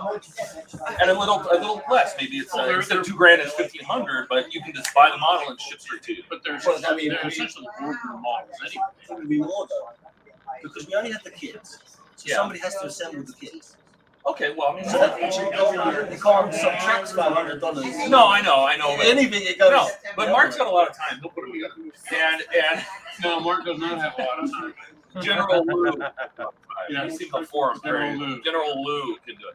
No, he can do it. No, but I mean, it maybe is something where it's it's a $500 assembly fee or an $800 fee. It'd be a lot more. Yeah, I mean, but I just wonder if there's even people. But again, just skip that whole process. They just want a 1/8 Stingray. But that's something we wouldn't necessarily facilitate. That's not what we do. I mean, in our DNA is the hobby. It's the assembly. There are, and it's a good question. I mean, there are other people out there that might want to assemble something for you, but it's just not. There you go. That's what you should do. Is you just send that kit to somebody and consign them to build it. You have Buck build it. Buck will do it. Your Buck will put it together. That's how you do it. You buy it full kit, and then you send it over there. We just to be clear, we're building models all the time in Kansas. Yeah. Every day, literally. Photography, assembly, instructions. So much goes into it. But it's with the other party, people in the team who are just they're fantastic. And I'm fortunate enough that I've got other people in the team who really specialise. Yeah. I really can't wait till I've got all 12 packs in Optimus Prime. Yeah. And then I'll try and build him. And I want to have it. You know what? It's interesting you say that because there's a lot of times when you're looking through the instructions, which I don't know generally, and I'm based on the East Moss or San or something, but generally I bet you would, Buck. The instructions were never written by somebody that actually built the model. They were done by either IXO or the manufacturer or something like that. They came with like the base version, and they just copy pasted those right into a magazine. And Part of what I'm doing is like with the Stingray. I'm part of the editorial process for the Stingray, so I get Pack 2, for instance, I'm working on the directions for Pack 2 right now, and there's going to be a lot of changes. Things like calling an alternator a generator. Oh, that's what I did for the fire truck. Right? Yeah. Every Probably the same thing. would come in because I know that was also a grainy model, right? It was originally released years ago, 2007 or something. And I said, do you know what's funny? That and the LaFerrari were the two models that I'm like, I missed them. And I wanted to build them so bad. I wanted that Ladder 9, and I wanted the LaFerrari, and they weren't available anymore. And now magically here they are. And I reached out to her, and I said, I was a firefighter for years, and I said, I could probably get a lot of those parts for you. And she goes, we didn't get instructions. She's like, we didn't get anything. It was an Italian. Well, we did, but they were Italian. There you go, Gilly. They were Italian. It came from Donnie. Italy. You're funny. Fuego, whatever it was. And I said, I'll help you. And as you know, what's really interesting is why I write. Nice try, buddy. Maybe we should say this. We should this. I think somebody over there picked that up because now they're using a lot of those same terms about the way to write. Yeah, and it works, right? And circling screws and things like that. I've seen it get picked up in a lot of things, and then by the end of the fire truck, it would feel a lot better, Yeah, and the same, like you're saying, you just got to go through it and say, okay, from a builder's perspective, how does it make it easier? And it's also an educational opportunity. Sure. Yeah. Because you're like assembling the engine. There's some interesting nomenclature for parts that maybe got lost in translation. Oh, sure. Yeah. Whoever assembled it initially, the first set of directions or whatever, or autocorrect got hold of it. Yeah. You probably noticed that. Yeah. Yeah, no, you see this even today, it's still happening, building the Night Rider, right? The Night Rider has fuel lines running up to battery terminals. Yeah, I'm pretty sure they don't. So, you know what I mean? Like somebody has still lost that translation of what those things. That you'd be better off just calling it Post 1 or Cable 1. Like for instance, Pack 2, the Corvette, the Stingray, they call the oil tube, where the oil filler spout, the fuel filler. I know. I was like, yeah, let's dump gasoline into our engine. That's right. Yeah. So little things like that. But I think that comes from where I would imagine that you get like the very basic instructions with the manufacturer, right? I mean, you get something from that that's very basic. These are the screws you need, and this part's together. Maybe it's just drawing. That's the basic assembly. What you have to fill in the blanks, right? There's a lot of text you have to fill in and part names, and you got to name everything and things like that. And you can just see where that maybe somebody that actually built the model was not involved. Yeah, and you can feel it. And thank God we don't have the DB5. That was a disaster. That whole thing, the original DB5, the Eagle model, which I think they got from DB5 originally, was like one of the very first part works in like 2011. But the instructions are garbage. They were so bad. They say you're gonna build this part 3 issues from now, so hang on to it. Or they do it reverse. They give you the instructions for building a part you don't have in a magazine. And I'm like, oh my God. And I had to sort them all out on my website, and it made a huge difference. The DB5 is a good example where we've been working on it for such a long time that we really do not foresee that sort of thing happening. It should never happen again. And it has not as bad as that. That was. I completely get the error, but we're working so far ahead to try and ensure that there's none of this reverse engineering. And as you know, we was Agora, we were a very small company at the start, right? So lots of people do wear many hats. And we have expertise everywhere in different areas, and we hope to not have those sorts of problems ever again. Stuff happens. No, and I'm so happy that the fire truck. I'm so happy that the LaFerrari is coming. That's back. one of my favorites. And then I rewired the whole thing. I mean, I put lights in every it's strobes and it's making it's insane. No, that's the fire truck. Like all the lights work. Every strobe down the side is all lit. The strobes in the back. I mean, I wig wags and strobes and the whole bit. Because again, that's my staff, and I'm like, I have to do that. And I looked, and I'm like, I can make that work. I can put an LED in there. It took some work, but it all fit. But it's I don't know. I'm having so much fun with it. It's I don't want to sit here forever. It feels like I should have anything to do. We've been here forever. I know. Has it been?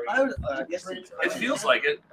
Where I don't have a clock up in the corner, I can't. Oh no, this thing's been going 2.5 hours. This is insane. What are you guys doing to us? We have things to do. Did you guys have any other questions before I'm going to go join the thing? I don't know if anybody else is coming. I don't know if Palmer was coming, but or Steve, but I don't want to hang out on the stream just in case nobody shows up. So, are you still there, Eric? Where did he go? Gilly? Anybody? There has to be a captain off the street. I can't do it. Sorry about that, guys. I had a phone call. But thank you so much for taking the time and answering questions, and just it's really cool to see the people behind these companies and to see how earnest you guys are. That you're just normal people. You're not conglomerate big shots. Just looking for a quick cash grab, right? So I just recently got into patchwork models myself, and as piggybacking off an earlier comment, I'm a disabled veteran from the United States Army. This is definitely helping my PTSD, my issues out, right? But it's also so a lot of people told me, well, it's a big financial commitment, and it is, even on a month-to-month basis with a disability pension. But it's very personal to me, right? There's that level of personal commitment, and I don't know if I'm coming across right, but you kind of get the gist of what I'm saying. So just thank you guys for everything. Okay. Yeah, sure. No, we really appreciate it. Honestly. That executive director once. Yeah. And it's great that you can see that we're normal folk. We are just like everybody else. Yeah. No, this was fun.